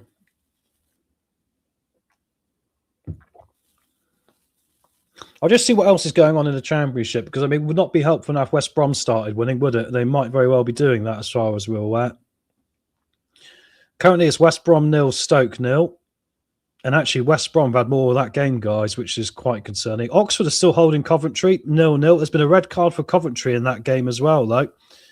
And that is Lancashire being sent off for them up front. Hull are losing 1-3 to Bristol City at home. That's a bit of a surprise today from the team in third place. And Preston are still beating Portsmouth by a goal to 0. Wrexham 0, Millwall 1 as well. That's got you up to date around the grounds. The rain is hammering down now at St Andrews. It's really getting quite intense. Corner about to come in here from the home side.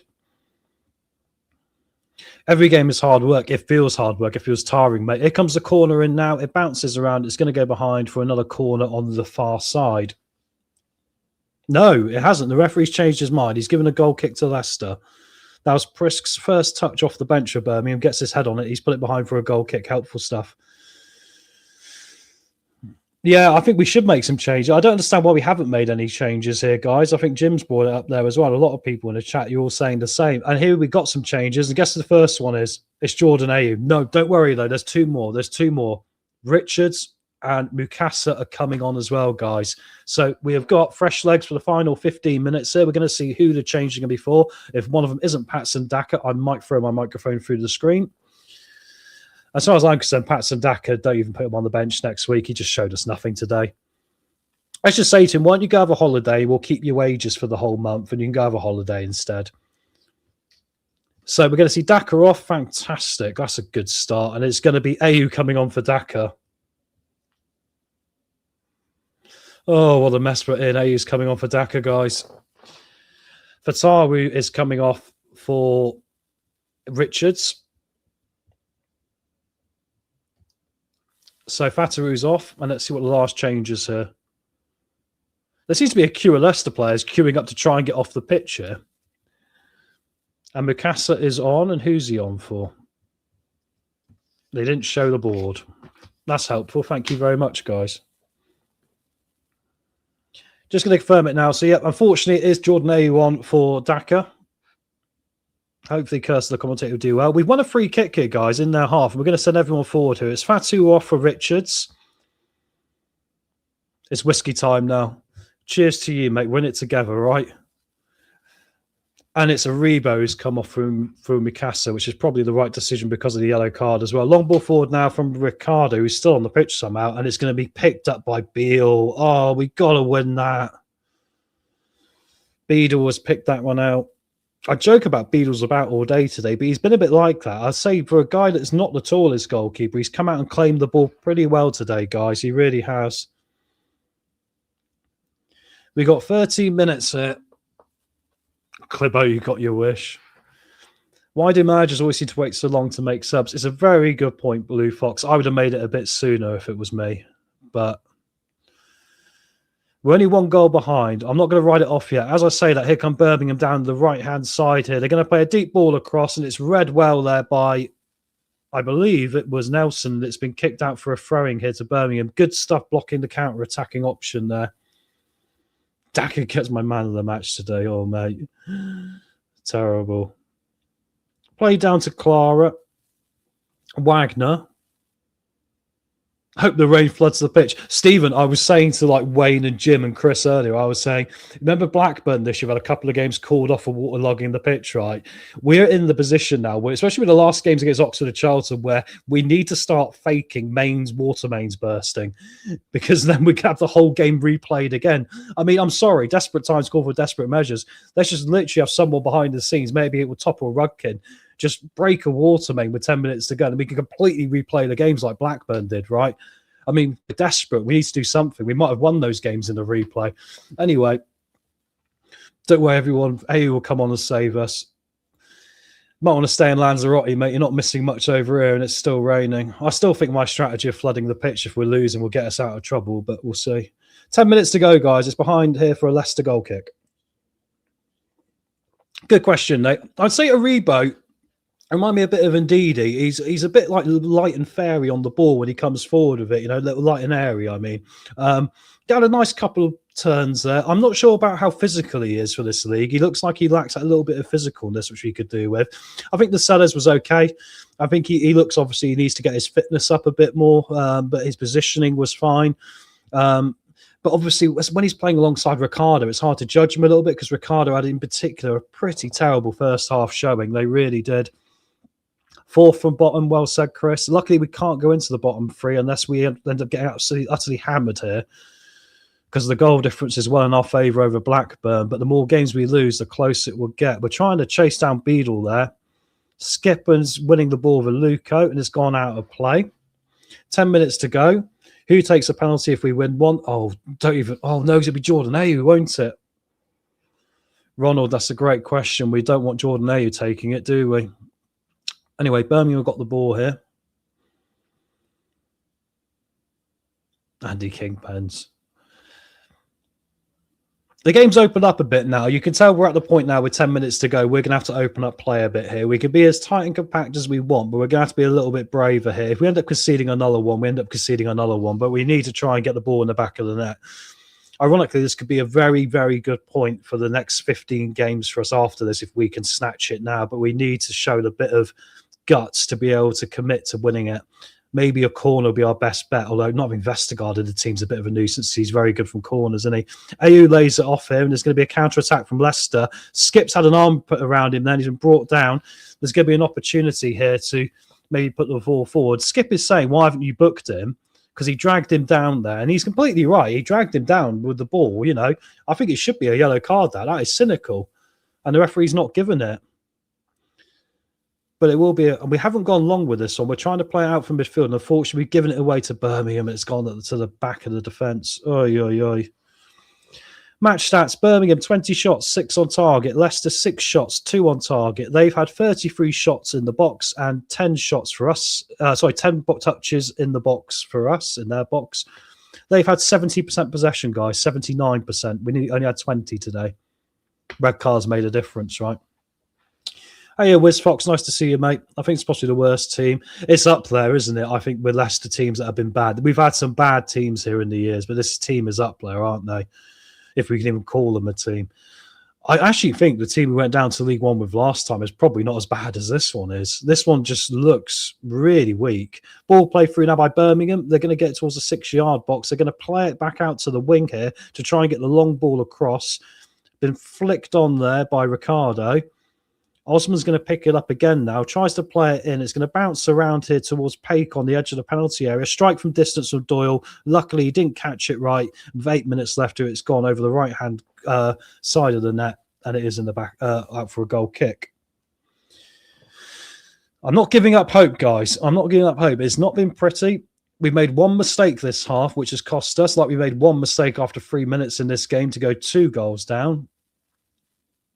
So 2 mistakes, which really were avoidable, have really let us down today, irrelevant of the red card. I mean, the red card hasn't made it any worse, but we now need to hope for a bit of a miracle here. All it's going to take is one corner. All it's going to take is one corner for us to nick a point from this and get someone on the end of it. To be fair, Richards looks a bit of a big unit, doesn't he, actually? He looks like he's very, very... he's actually quite tall, Richards, which is quite encouraging. And same with Misaka, actually, as well. Oh, and that's really poor there from Aluko, unfortunately. He's kicked it off Osman, and now there's 2-on-2. Leicester players trying to get back. Aluko's done very well to recover there. Well done to Aluko. Done incredibly well there. He gave it away. But Aluko did this in pre-season. When he was giving the ball away at the back, maybe from slightly, dodgy things that he's got to work out of his game, he's got the pace to get back and win that second ball. And he did it again there. I'm really impressed with Luco. I really am. I have no idea why we keep thinking Daka will score. I mean, today's my last day with him, Fozzies. Honestly, I think today I wouldn't put him in the team ever again. I wouldn't put him on the bench ever again. Begovic has gone in the book here for a bit of an argument. So we now might have our goalkeeper sent off. Let's hope not, eh? Comes up the right-hand side. About 5 minutes plus any added time to go. Not even that, sorry. About 6 minutes. Isn't it nice that Luca and Nelson is better, mate? Here come Birmingham again, trying to play the ball in. Nelson once again here, sliding in there to get rid of the ball, and it will come back out to the Birmingham right-hand side. 1-2 with Paik there playing up to Isaiah Samuel. And it's going to be played back to the centre-back positions. We're shielding them out here, and we're still set up in this 4-3-2 formation now. I mean, the only problem with Luco is I think he's playing at centre-back, isn't he, for Lascelles, which is a bit counterproductive. I'd put Ricardo at centre-back and put Luco as the full-back, because I think then Luco can break if there's a bit of space, and then we can use his pace to maybe encourage everyone else to push forward as well. You can't do that with Ricardo at full-back, right? It's impossible. He has not got the pace or the tracking to do it. 5 minutes left. Birmingham on the right-hand side. It is all under their possession right now, and they flick a ball over the top. And once again, it's Ben Nelson there, done a good job of just getting his foot on it and clearing it. It was kept in play, though, by Leicester on the line. Ayu's gone down there, and he has won a free kick. He took a shot to the head there. Sort of hit him in the back of the head there, guys. He is up, luckily. It didn't look very nice, but he's got up. And we've got an opportunity here from a set piece. And it's going to be Begovic to take it. We're chucking everyone up. It's going to have to be a 60-yard ball into the penalty area. Are we getting the ball forward, Tom? Under set pieces we are, Gray, because we got now, obviously, it's going to have to go about 65 yards here, but they've chucked everyone, including the centre-backs, into the penalty area, and it's going to be Begovic to chuck it in here. Ricardo has come back, as has Luke Thomas, but it looks like the centre-backs have gone forward here, guys. Going to try and get it into the penalty area and hopefully try and lock ourselves an equaliser. It's gone all the way through and it's going to go out of play, I think. Birmingham have managed to kick it out and it's going to go out for a goal kick, unfortunately. I thought he managed to kick it off with the Leicester player there, just about. Yeah, so it's going to be a goal kick to Birmingham, unfortunately. To get a corner when he's playing in their half, fair comment, mate. Fair comment. It'll be typical Leicester now, guys, wouldn't it? You know, that if we got a penalty in the last minute, we'd miss it. Then we just curse the commentator, invert it there. It'd just be typical. I mean, the way our season's been going, it's been like that, hasn't it? We're going to have to press them a bit more here now, guys. It's all or nothing with 5 minutes to go. Birmingham just holding onto the ball at the centre-back position. They've got no rush on here whatsoever. 3 Leicester players around the ball there. It was Ayo, it was Mikasa, it was Richards. None of them could get it. Played up to the right-hand side here with Iwata, who's had a good game for Birmingham at right back. We can't even execute a set piece properly. I know, mate. Honestly, it's baffling, isn't it? Because you think you just got to get it in there. Get it in there, win your first ball or win your second ball. We can't even get the ball into the right place. It's bonkers, isn't it? Makes you feel like it's all a bit of a show, this. It's not even real sport. Because I tell you what, my biggest accusation I could throw at Leicester this year is we seem a parody of a football team. We seem to be a group of actors trying to play football. It's like, do you ever see the film's Goal with like the guy who played for Real Madrid and Newcastle and all that nonsense? Oh my goodness me. Long throw in from Luke Thomas now. Going to get in towards the 6-yard box, hopefully. Flicked on by Ayu, and unfortunately it's gone out of play for a goal kick. Toothless in attack, flicked on by Ayu. Mikasa was there. Unfortunately, the flick on was a bit too long and it's gone behind. I hope there's not much added time here, guys. When we get to full time, I'm going to have 2 minutes to myself. Actually, I don't have any breaks today because I've been so focused on trying to keep the show going in Chris's absence. You owe me, bud. In fact, I owe him because I bet him we wouldn't get a points deduction. So I owe Chris a few beers now. So feel for me, guys. Anyway, it's about as good as that. Yeah, that's right. These players are disgraced to the shirt. Yeah, I mean, it's been a season where you could say, I think today has not been the worst we've seen, but that's a very low-reaching fruit of a victory, isn't it? Because it has been shocking. And I mean, it does make you wonder if the damage has already been done in this. I mean, for all the talk about we're in a relegation scrap right now and all the rest of it, has the damage already been done? Is it going to be irreversible? I mean, the slide feels very real, doesn't it, guys? We're giving away a free kick here to Birmingham. It was Ricardo. I don't know how Ricardo's not in the book today because he's looked very petulant since he started making mistakes after 5 minutes. We don't deserve a point. I totally agree, mate, but I'll take one by luck right now if it keeps us in the league, right? It does make me wonder if we should go to the Court of Arbitration about this points deduction because I don't quite understand how Nottingham Forest overspent by 14 million more than us and only got a 4-point deduction. Bit bizarre. And Everton spent the same as us and actually got more of a deduction. It doesn't seem to add up to me, these points being knocked off. You're not going to get anything out in appeal. They'll just give us more points knocked off. But in the Court of Arbitration, we might be able to provide evidence that actually their rules are completely rubbish because they can't even action them properly. Maybe those 6 points would keep us up. We'll stay noted on that. We've got about 18 days to make a decision on that as a football club. Here come Birmingham again now. About to see how much added time is going to be on here, guys. I must be honest, I don't want it to be very much. Nice flick ball forward from Birmingham. It's ducked in, been deflected around. It's fallen outside the 6-yard box, and a Leicester player has hacked it out. But there's going to be a Say Samuel picking the ball up now and keeping the opportunity going. Low driving shot from Birmingham, near post, into the side netting. Yeah, the Premier wanted 20 points. Yes, is it? But it's bizarre, isn't it? Because how come Forest only got 4 for having a more overspend than us, mate? They overspent by 34 million in 1 year. We were 20.8. They got 4 points. Why do we get 6? And if I was Everton, I'd be even more fuming. Everton got, what was it, a 10-point deduction? And they actually overspent by less than us. It was 19 million. Doesn't make any sense, Gray. We're not in the right. We shouldn't have done it. But I'm still saying, I don't. If it gets to the point where, you know, taking it to the court of arbitration, you present that information, I don't think they can enforce a points deduction then, because it shows how they're not even following a set routine themselves, right? 4 minutes of added time, guys. Looks like it's going to be Birmingham here, if anything, though. I mean, Leicester have not created hardly anything this half. That was not a very good sentence, was it? Excuse me. Leicester have created very little this half. There we go. 70-odd% possession in Birmingham's favour. Yeah, that's true, over 80, but you're allowed a certain amount, but the actual breach was only by 20 million. I'm talking about the breach amount per each club. Begovic has come out with his goal here, guys, and it's bouncing around, and they brought down the Birmingham forward. How's that not a penalty? Did you see? I mean, I guess you did see it. The ball came in. Begovic went to pick it up. The defender was there for Leicester, as was the new guy, Presk there, the striker. And I think the Leicester player just wrestled him off the ball and just grabbed him and threw him to the ground. Begovic dropped it and ended up behind all of them with an empty net.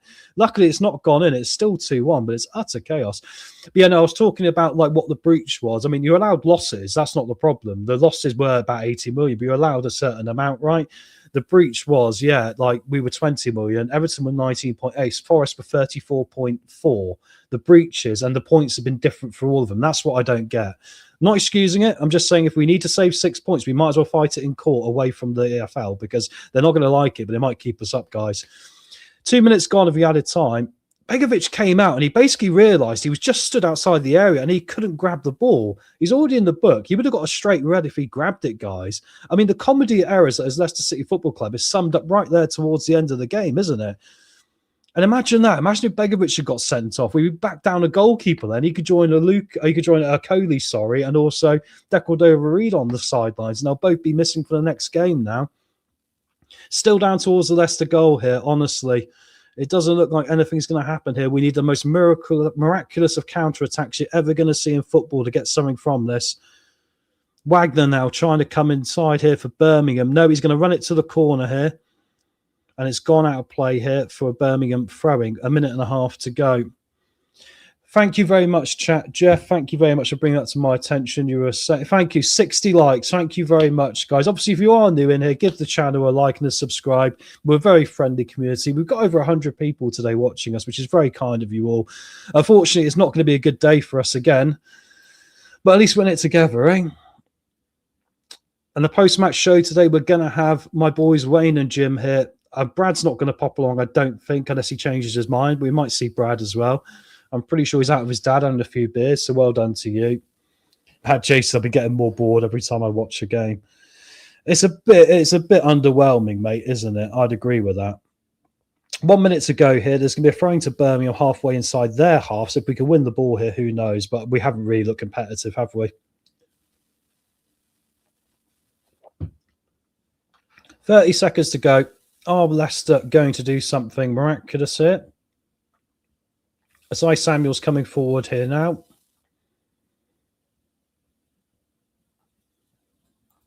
And the ball is out of play for a throwing here on their side. We're just waiting for the whistle to go, guys. Another bad day at the office.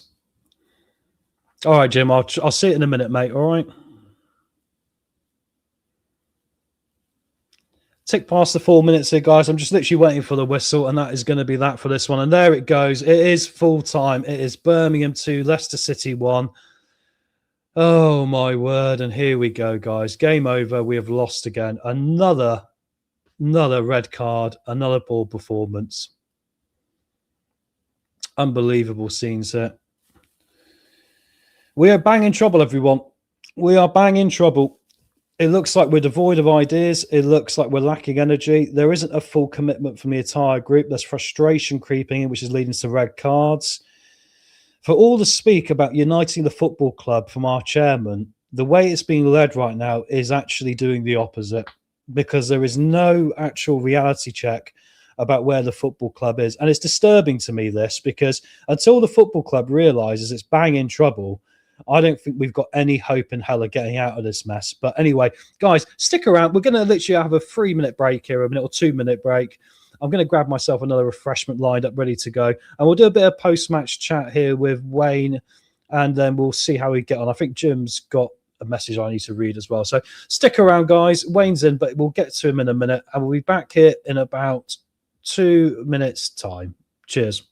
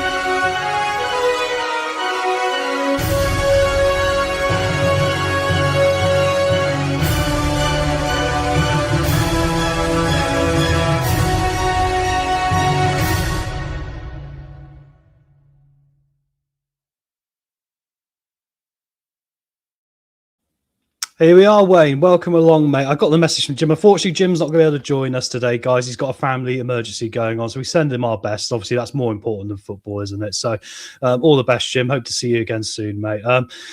Wayne, start us off, mate. What do you think from that? I got a video from Steve to go pull up. So talk about your immediate thoughts after the game, mate. I thought in general, overall team play improved. But costly errors basic costly errors. You know, to play 60 minutes with 10 men and Ricardo's fluff cost us a game, really. Yeah, I'd agree with that, Bud. Yeah, I mean, talk about the red card first of all. I mean, how much of an indication do you think that had on our game today, Bud? Yeah, not only it was, but the position it was in, it was completely unnecessary. It's like a goalie bringing that guy down when he's still got half a pitch to run, you know, and still got to get the shot off. It's those difficult decisions. No, they're not difficult. It's basic rookie errors, to be honest. And what is disappointing is afterwards the referee should have given them a couple of yellows, and they didn't get yellows as well. So, plus also when you looked at the slow motion, that red card, it came in from the side, but his studs weren't hitting the guy's shins, and the guy's foot gave way as well.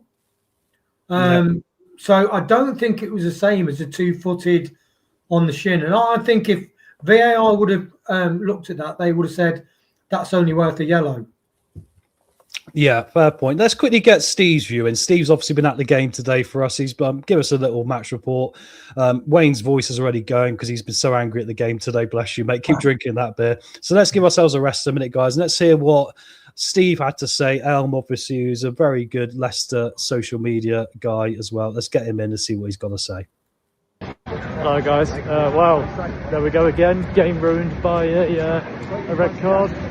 Same shit, different week, second week in a row with a red card. I don't know, it's just reckless and pointless. But you know, since that point we sat back, didn't really threaten all that much by all accounts, and we lose the game again. At least there's one positive. One day we will die, and that'll be nice and relaxing. Sweet, sweet, warm death. Oh, positive. I got to say, I didn't check what he was going to say before I put it in, but I think you can see the optimism there. Thank you very much, Steve, for that, mate. And obviously, guys, Steve is currently doing a lot of work around raising some money for charity. He's on X at Elm_665. So please go give him a follow and check out his charity support as well, because he's taking donations for mental health charities and marathons he's running. And we wish him all the best with that. Thanks a lot, Steve. Yeah, so it is. I mean, what Steve said there, and I think we'll get some points in the chat as well here, guys, so get your comments in as well. Look, it does feel very doom and gloom for me after today, doesn't it, Wayne? Because I've been saying, like, the last couple of games, there's also been a short-term fix the club can put out there for us, which is go out there and play with a bit more effort and a bit more passion. The passion seems to be coming from individuals who end up getting themselves in trouble, be it a Luco, be it, it's not a Lucas. I keep saying a Lucas, they're a Coley. I do apologise, same amount of letters. A Coley or Declan Dover Reed with a red card here today, right? And Wayne, I mean, how important is it that we somehow try and get a group together out of this? Because it just feels right now, every week we are turning up, the same thing is happening, and we're not getting any better. Yeah, I just think it's difficult. I do feel sorry for Steve. Hold it together, Steve. Hold it together. His post-match, it reminds me of the Fast Show character. Starts off painting in a nice blue sky. Oh yeah, look at the players, and he ends up like painting black. Everything's black. A character from the Fast Show. But no, I get it, because when you're going home and away, it's difficult. I did find positives in it, and the positives I found was that rookie errors apart, we played decent. I thought we looked more resolute. And I don't think you can fix the broken attitude and mental approach of a team overnight. I do think it takes a while. I think you can inspire one person to do it, but the team is very different. So I saw a lot of positives, like the effect that Lascelles was having on the team. Him and, look good. But, yeah, and we did bring all the young kids on. We did bring all our new 4 people on. So I think as a manager, what can you do when you get a player sent off, a Kola, and Hamza goes off midfield, and we've got Skip out and JJ out? And what can you do when Ricky P gives them a goal and D. Cordova gets sent off after 30 minutes? That's a test for any manager.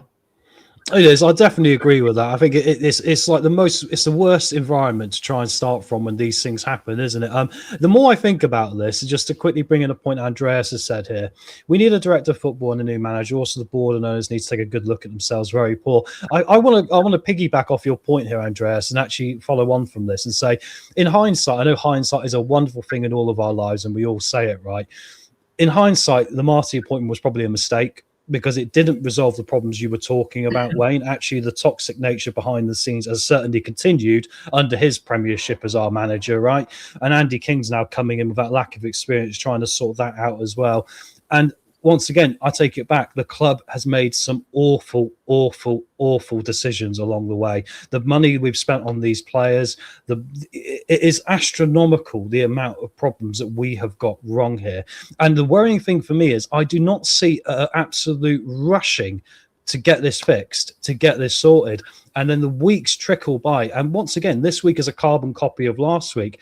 I think it was slightly better. I think second half it was slightly better. We were a little bit more organised.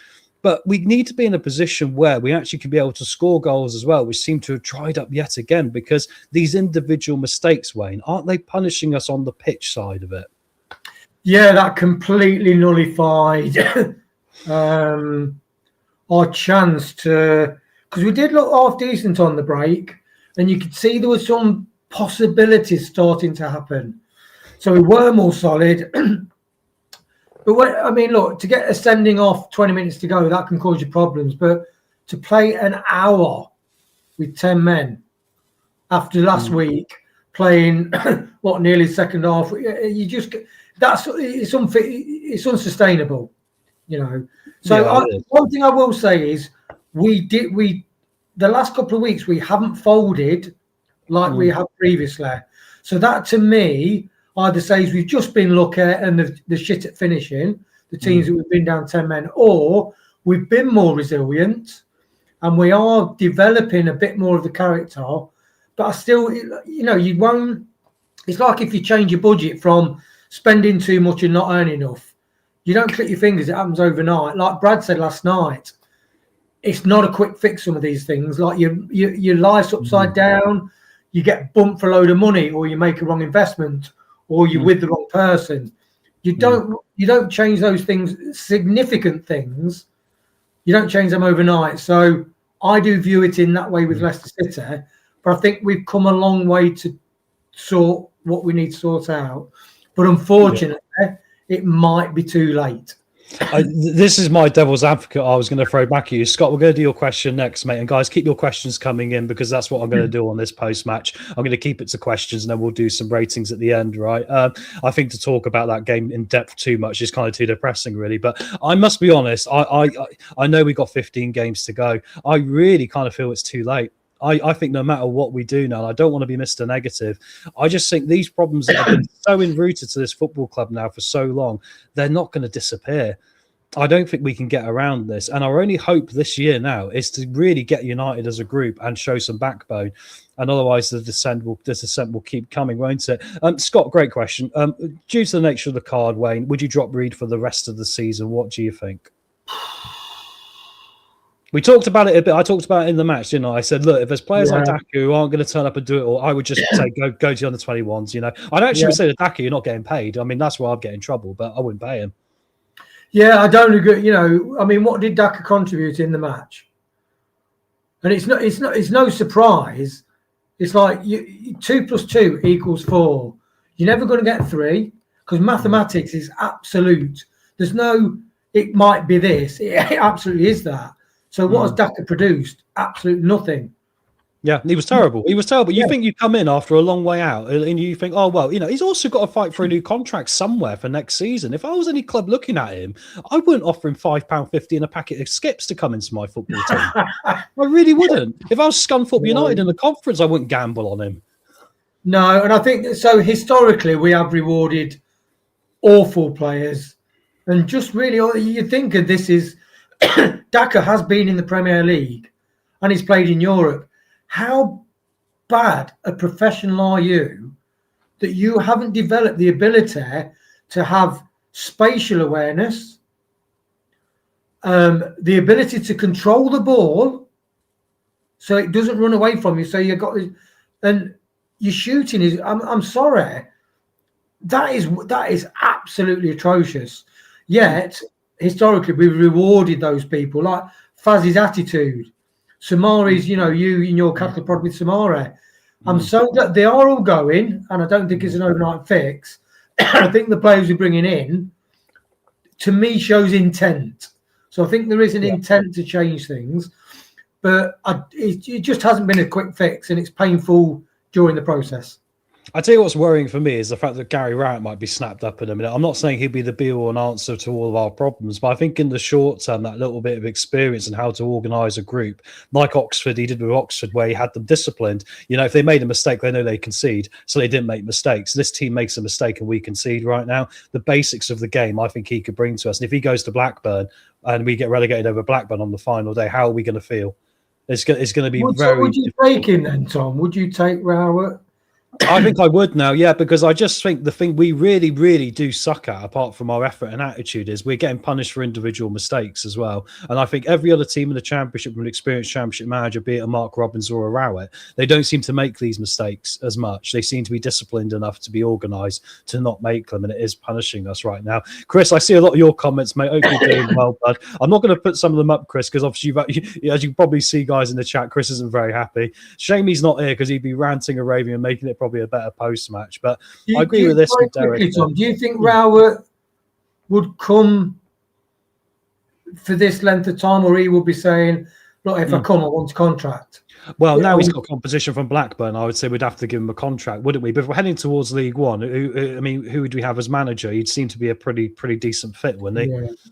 I mean, so I don't know. The longer we leave it, bringing in a new manager, more certain relegation becomes. Isn't this the big problem, Wayne? We said this in pre-season, didn't we? And of course, a lot of you guys have been with us for the whole journey on this. We said this in the pre-season. The club needs to get their arse in gear and get a manager in sooner. We're still paying £7 million of compensation a year off for Steve Cooper and Ruud van Nistelrooy as well because of poor decisions we've made, right? It's almost like the ownership are afraid to make decisions now because they made wrong ones. So in which case, why aren't they getting in these people as quick as possible? They've talked about it 2 months ago now, to get in this, new head of football operations and all the rest of it. But it's not happening. Is there a little bit of stage fright going on here, do you think? I think there could be. I do think that the players we've got coming in, because we have massively cleared the decks of who we can so far, and we sold the best players off last season. We sold the best players off in the summer, and it is, look, Forest fires. Some people go, "Oh my God, the Forest is on fire." It destroys everything. Actually, certain ecosystems need a forest fire, and it's like when we went down to League One. I don't mind if it's a reset. I don't mind. I don't want to go down to League One, but if it meant that all the big earners could go, and then we could take a time and appoint a manager in the summer to rebuild along fiscal lines and young, hungry players with the odd bit of experience, I wouldn't mind that. I wouldn't mind that. I'm not saying I want it, but we are having a clear out, and whether we like to accept it or not, if you're having that level of clear out, then you are left with the dross eye earners that really you wouldn't ordinarily play in the team, like Winks. It's messy. It is, isn't it? It is. This is true. Good question again from Scott. You're great at these questions, bud.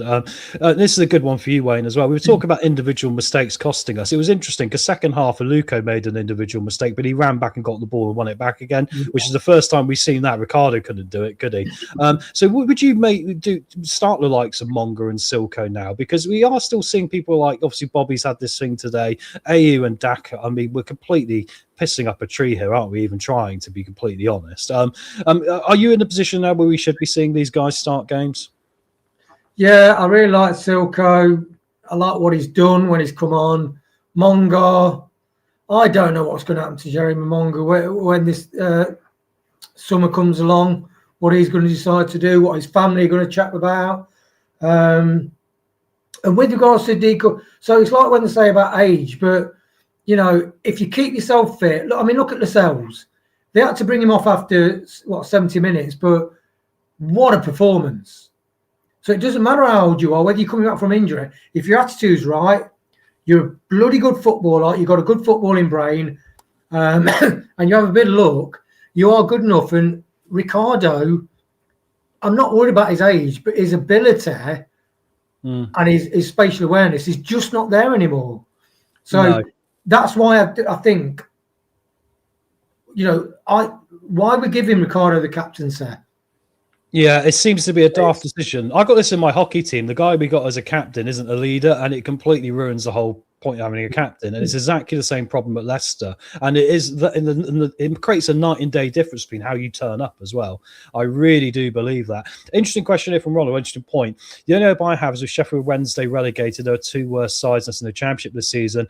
I think we are going to be holding on to a lot of this, guys. Yeah. There's a little bit of hope there are two worse than us. To take you through the results today that have happened as well, just to quickly, Wayne, to give you a rest on your voice and give you a bit of beer time, mate. It was Derby 1, Ipswich 2 to start. Norwich obviously beat Blackburn, which was good for us by 2-0 at home. Southampton beat Watford 1-0. We obviously lost 2-1 away at Birmingham. Coventry drew 0-0 with Oxford. Oxford, if you could have won that would have got me some points in the prediction league, but I'm glad you didn't. But they've got a point, but they've got a point upwards, haven't they, there, Wait? So that's a good point for Oxford, really. Hull 2, Bristol City 3. Preston 1, Portsmouth 0. That could be a good result for us. West Brom 0, Stoke City 0. That was probably not a bad result for us because West Brom looked the better team in that. And then Millwall 1, 2-0 away at Wrexham. I mean, just have a quick look at the table. That does mean we are now only outside of the relegation zone on goal difference. We've got about 7 goals advantage over Blackburn, who are just below us. I would look at that, bear in mind what you said there, Ronald, and say, I think Oxford on there, they're a better team than us. I think they can go away to Coventry and get a 0-0 disciplined draw against a team that can be free scoring. That is incredibly encouraging for them. Blackburn have still got a new manager to come in a minute, which could change their season. And then you look at West Brom, who've got a point today and moved ahead of us. And I think they're a better team on paper than us as well. I don't think, Wayne, there are two worse teams than us in the Championship this season. What do you think? I'm still hopeful that Blackburn and Oxford...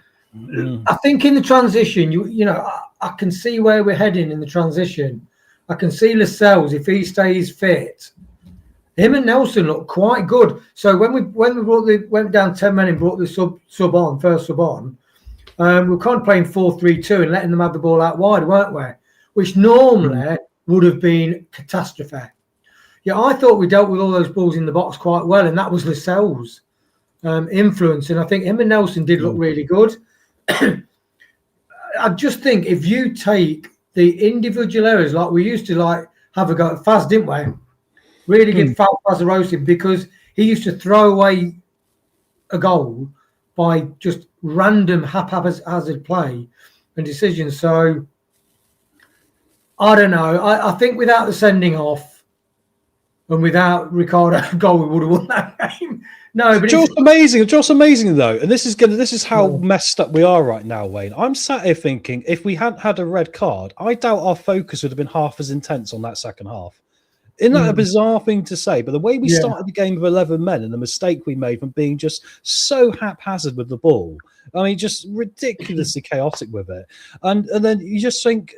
The red card almost gave him a kick up the bum to have a bit of focus, really. I mean, I wonder if we'd had 11 men, we might have lost this actually 4-1 because it seemed to actually put the game in a place where Osman was getting more involved. And when we got back and played a deep line, they found it harder to break us down. Good point from Ronald here. It'd be interesting to hear Kingy's after match press interview, and I mean, and also other people have said, I drop them off and make them walk home and all the rest of it. I mean, where are we now in managing this group? Because I kind of feel like they're obviously low, but the thing is, they do need a kick as well. How would you do this, Wayne? Because I can see Kingy turning around and praising the second half effort in particular here, being what Kingy would do. Yeah, I think as you found with the FM, I think you've got to be careful. Because if you played in that game, you would look and you think, our captain gave away a goal. And then another one of our senior players that we look up to has had hundreds and hundreds, 500 Premier League games, Deco overread. and he not only chooses to do that, he chooses to do that in that position on the pitch. Yeah. Well, what do you do with that? What do you do with that? And I do think in the last 2 games, individual errors have cost us. You know, That's and I do think as a manager, if I was a manager, I think, well, I've brought on all the 4 young players. What do you do with sending off a gift of a goal? That's it, mate. Yeah, it's difficult, isn't it? That's 2 games in a row now. It's made it difficult for Kingy, you know. And I must be honest, I'll say this to everyone here.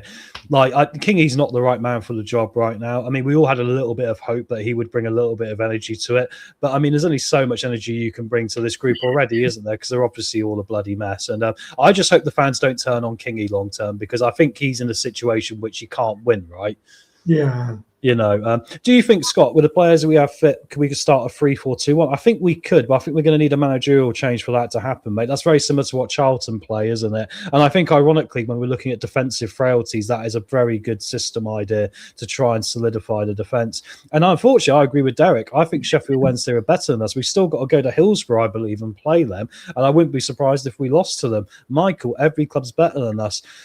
Unfortunately, I can't disagree. And I'm trying to be Mr. Optimistic here because, like, we've got a show on Monday night, I'm pretty sure, guys, which is going to be a pretty fun one now because Chris will be back and he's planning a few different things for that. So make sure you like and subscribe to see what we do on Monday night for some more in-depth stuff 48 hours after this has happened. But yeah, I do feel this has been a very eye-opening day for the football club. It's the second one of Kingy's games in charge, and once again, it just looks like we are a mess. Wayne, we'll keep it short on the post-match day because your voice is going, mate, and I appreciate you putting yourself through it. And, I think we'd all like to go off and do other things now as well, really.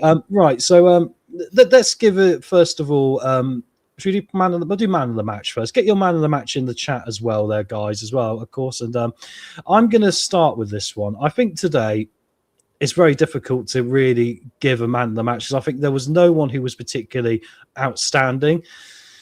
We conceded 2 goals, which makes me find it difficult to give it to a defender. However, I would also say that I think one of the goals was entirely Ricardo's fault, wasn't it? So you can't really blame the other guys for that. I think for my man of the match today, I might go controversial, go for Nelson. I think Nelson dealt with everything that came that side pretty well, but I think it's slim pickings, isn't it, mate? So what would you go for as your man of the match, Wayne? Yeah, I was either going to say Nelson or Lascelles, to be honest. And isn't that crazy, the fact we lost this game 2-1 and we're still giving our best performance to a centre-back? Doesn't that show you how backwards this club is? Yeah, I mean, one thing I will say is I never felt we were completely over. In some games when we've gone behind, we have literally folded like a kitten. Yeah. Whereas I didn't think at any time, it was a bit hairy towards the end of the first half, but I didn't feel we were ever overrun or they were peppering our, having loads of shots. They had a few chances, but there weren't majorly fantastic chances. So, and that comes from the 2 centre-backs. I love the centre-back pairing. Yeah, definitely. Okay, so that's pretty cool. Right, so what's your team performance for this one then, mate? I'm going to let you go first because I don't even know where to go with this because it feels like for me there's loads of little small things we can take from today, but it kind of feels pointless to take them because it's kind of like picking an apple that isn't ripe because it's still not good enough. Do you see what I mean? So what would you go for a team performance today, bud? Get your team performances in the chat as well, guys. Yeah, one thing with regards to Markley said Nelson was partially responsible for the second goal. I do think he was, but that was Wink's man and he didn't cover it. So that was Winks not doing his job. I'd say a 6 because true. What do what do you do? What do you do playing 60 minutes, and they're giving a goal away? It is head explosion as you see it. Yeah, exactly. I mean, I don't know how to even. I mean, I don't even know what to score this one. I guess. Oh my word! I just feel so lost with what I've seen, and there's so much I can call out, and there's so much I can kind of feel a little bit of sympathy for. But obviously, it's mostly the calling out, not the sympathy. I must be honest, but I'll give them a 4 today, and I think that's actually a pretty good step up. I think it was better than last week. It needs to be a lot better, though, a lot better. Just being better than last week isn't going to be enough here. And I think this is a great point from Ronald. I think the thing today, the fullbacks were poor. I'm at the point now where if Ricardo starts a right back next week, I'm going to throw an absolute wobbly. Because I think we've been shown now over 3 or 4 games, similar to when Luke Thomas has gone for a run at exactly the same. Other teams are doing their due diligence and doing their homework, and they've worked out he's susceptible, right? They've worked out we target him and put him under pressure. He is going to fold over like a blooming, a chocolate fire guard, which is, what happened after 3 minutes again today. So, yeah, I agree with that, Ronald. I do not want to see Ricardo in particular. I mean, Luke Thomas is probably the next one they'll target once Ricardo's off the pitch, right? So, yeah, so I think, and also, let's end off on a really cheery note. Does Top care enough to get a new manager as a matter of urgency? He doesn't care enough. What do we make of this? I mean, there's a lot of King Power out stuff right now. And I must be honest, I've tried to sort of be idealistic in a world which isn't very idealistic, let's be frank. And I've tried to hope they will get this right in the end. The problem is, I think there's a lot of pride and ego that's being affected by being wrong. And I'm at the point now where actually I would say to the football club directly, if you cannot see what is going on with this right now, then please leave. Because I must be honest, it's not going to get any better because you were showing us, especially with the communication we have had this week, it has not brought us closer together. It has just shown how much further apart from the fan base you are than what you realise. They obviously have people that keep an eye on stuff like what people are saying. They have little meetings with certain groups like the Foxes Trust and all the rest of it. Congratulations to Steve, by the way, is now on the Foxes Trust, I believe, isn't he? Congratulations, mate. We need your voice in there. I mean, where do you stand on the ownership? I mean, because like I said, I'm very, very fast running out of patience, Wayne, and I've described myself as someone who's got an incredible amount of patience, especially for the love of what they brought the club a decade ago. I get King Power out, Top out. I get why people have that viewpoint, but for me, it's like, what were the fans calling for? Get rid of all the overpaid players. Don't give any more big contracts. We've made all loan players, so we're complying with PSR. We are having the clear out.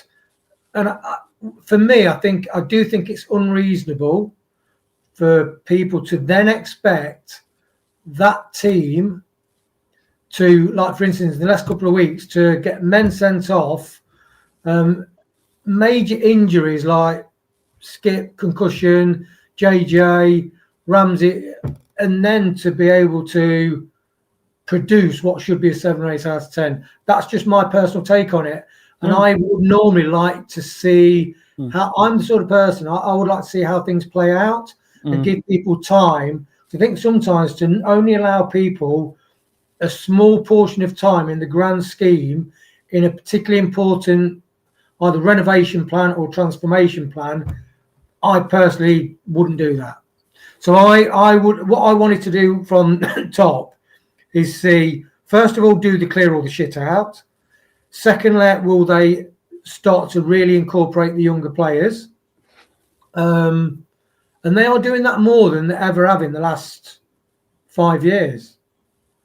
So I see positives, and I see the people that they brought. I think from the transfers, the hit rate from the transfers to me in the last year, transfers out and transfers in, I think it's been a good hit rate because you're only getting between 40 and 50% anyway. The more money you spend. No, fair comment, mate. I mean, this is the great thing about life. There's different opinions, and obviously people have got different amounts of emotional, capability, logical capability where we can take things. I would say now the problem is that the longer this goes on and the longer these things happen, the more the voices of discontent are going to grow. And the things they have tried to fix it with by little interviews and all the rest of it, I mean, unfortunately, I'm at the point where it's disingenuous. I really am. Because if you could sit there and spend an afternoon doing an interview and getting it all nicely edited, or you could spend an afternoon getting someone to come in and run this football club. And that hasn't been happening. So I'm sorry to be a bit negative here. I know you, Wayne, in particular, are still quite positive on it, but I've got to call it for what it is. There's been too much now that's happened, and there is too much for me more worrying me than that of the direction the club is looking in being completely incorrect. I still think top records will stay up and will get promoted next year, which is a farthest thing from the truth. That is where this football club is right now. We have not got that foundation. Rudkin's certainly out. I mean, what a mess we're in with John Rudkin. I don't even really want to go there. A few more comments here, guys, and I think we'll wrap it up for today so we can all do much better, healthier things. Unfortunately, I'm saying the last 18 months at top has too many things in which he has interest in, therefore too much Overwatch. Leicester is at the bottom of his list. And watch replays with Mike Ashley charging Newcastle, nothing but promotions. We are spread very thin, aren't we, with our ownership? I mean, John Rudkin, for my money, I think he should resign. I don't think he should be asked to, but I think he should show that he's got that in him to go, I've not done this right, I need to go and do something else. But obviously, that's not what every man in this world is like. Otherwise, we probably wouldn't have a prime minister now either, would we? So there you go. Yeah, I think we've been spread too thin, guys. Guys, I'm back here tomorrow night with a Football Manager show where we could do a little bit more chatting about it. It will give me 24 hours to refresh my memory a little bit and sort of have another look at things and not be so emotional about it. So I'll see you for that at 9 o'clock tomorrow, where I'm taking Leicester from League 2. After, obviously, the club's looking like it might take us to League 2 in real life the way it's going right now. So, yeah, come and join me for that. Monday night, we're going to have another show as well, which will get into a lot of heated debate about what is going on. Chris will be wound up for it as he's coming back across, obviously, from Lanzarote. Yeah, and unfortunately, guys, it's another one of those days, another red card, another defeat for Leicester City. But, Wayne, thank you very much, mate. I did want to end it because your voice is going, mate, as I can tell. Yeah. So thank you very much. You pulled double duty today. Send Jim all the best. And guys, thank you very much for being along in the chat today. We really appreciate your support. Thank you for getting over 60 likes today as well. That was really cool of you all.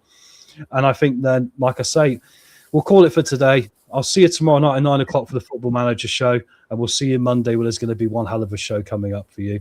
Cheers, guys. Good night. Thanks for watching. These videos are tremendous. You better like them too, or I'll be back. This podcast is proud to be part of the TalkSport Fan Network. TalkSport. Powered by fans. That will conclude this evening's entertainment.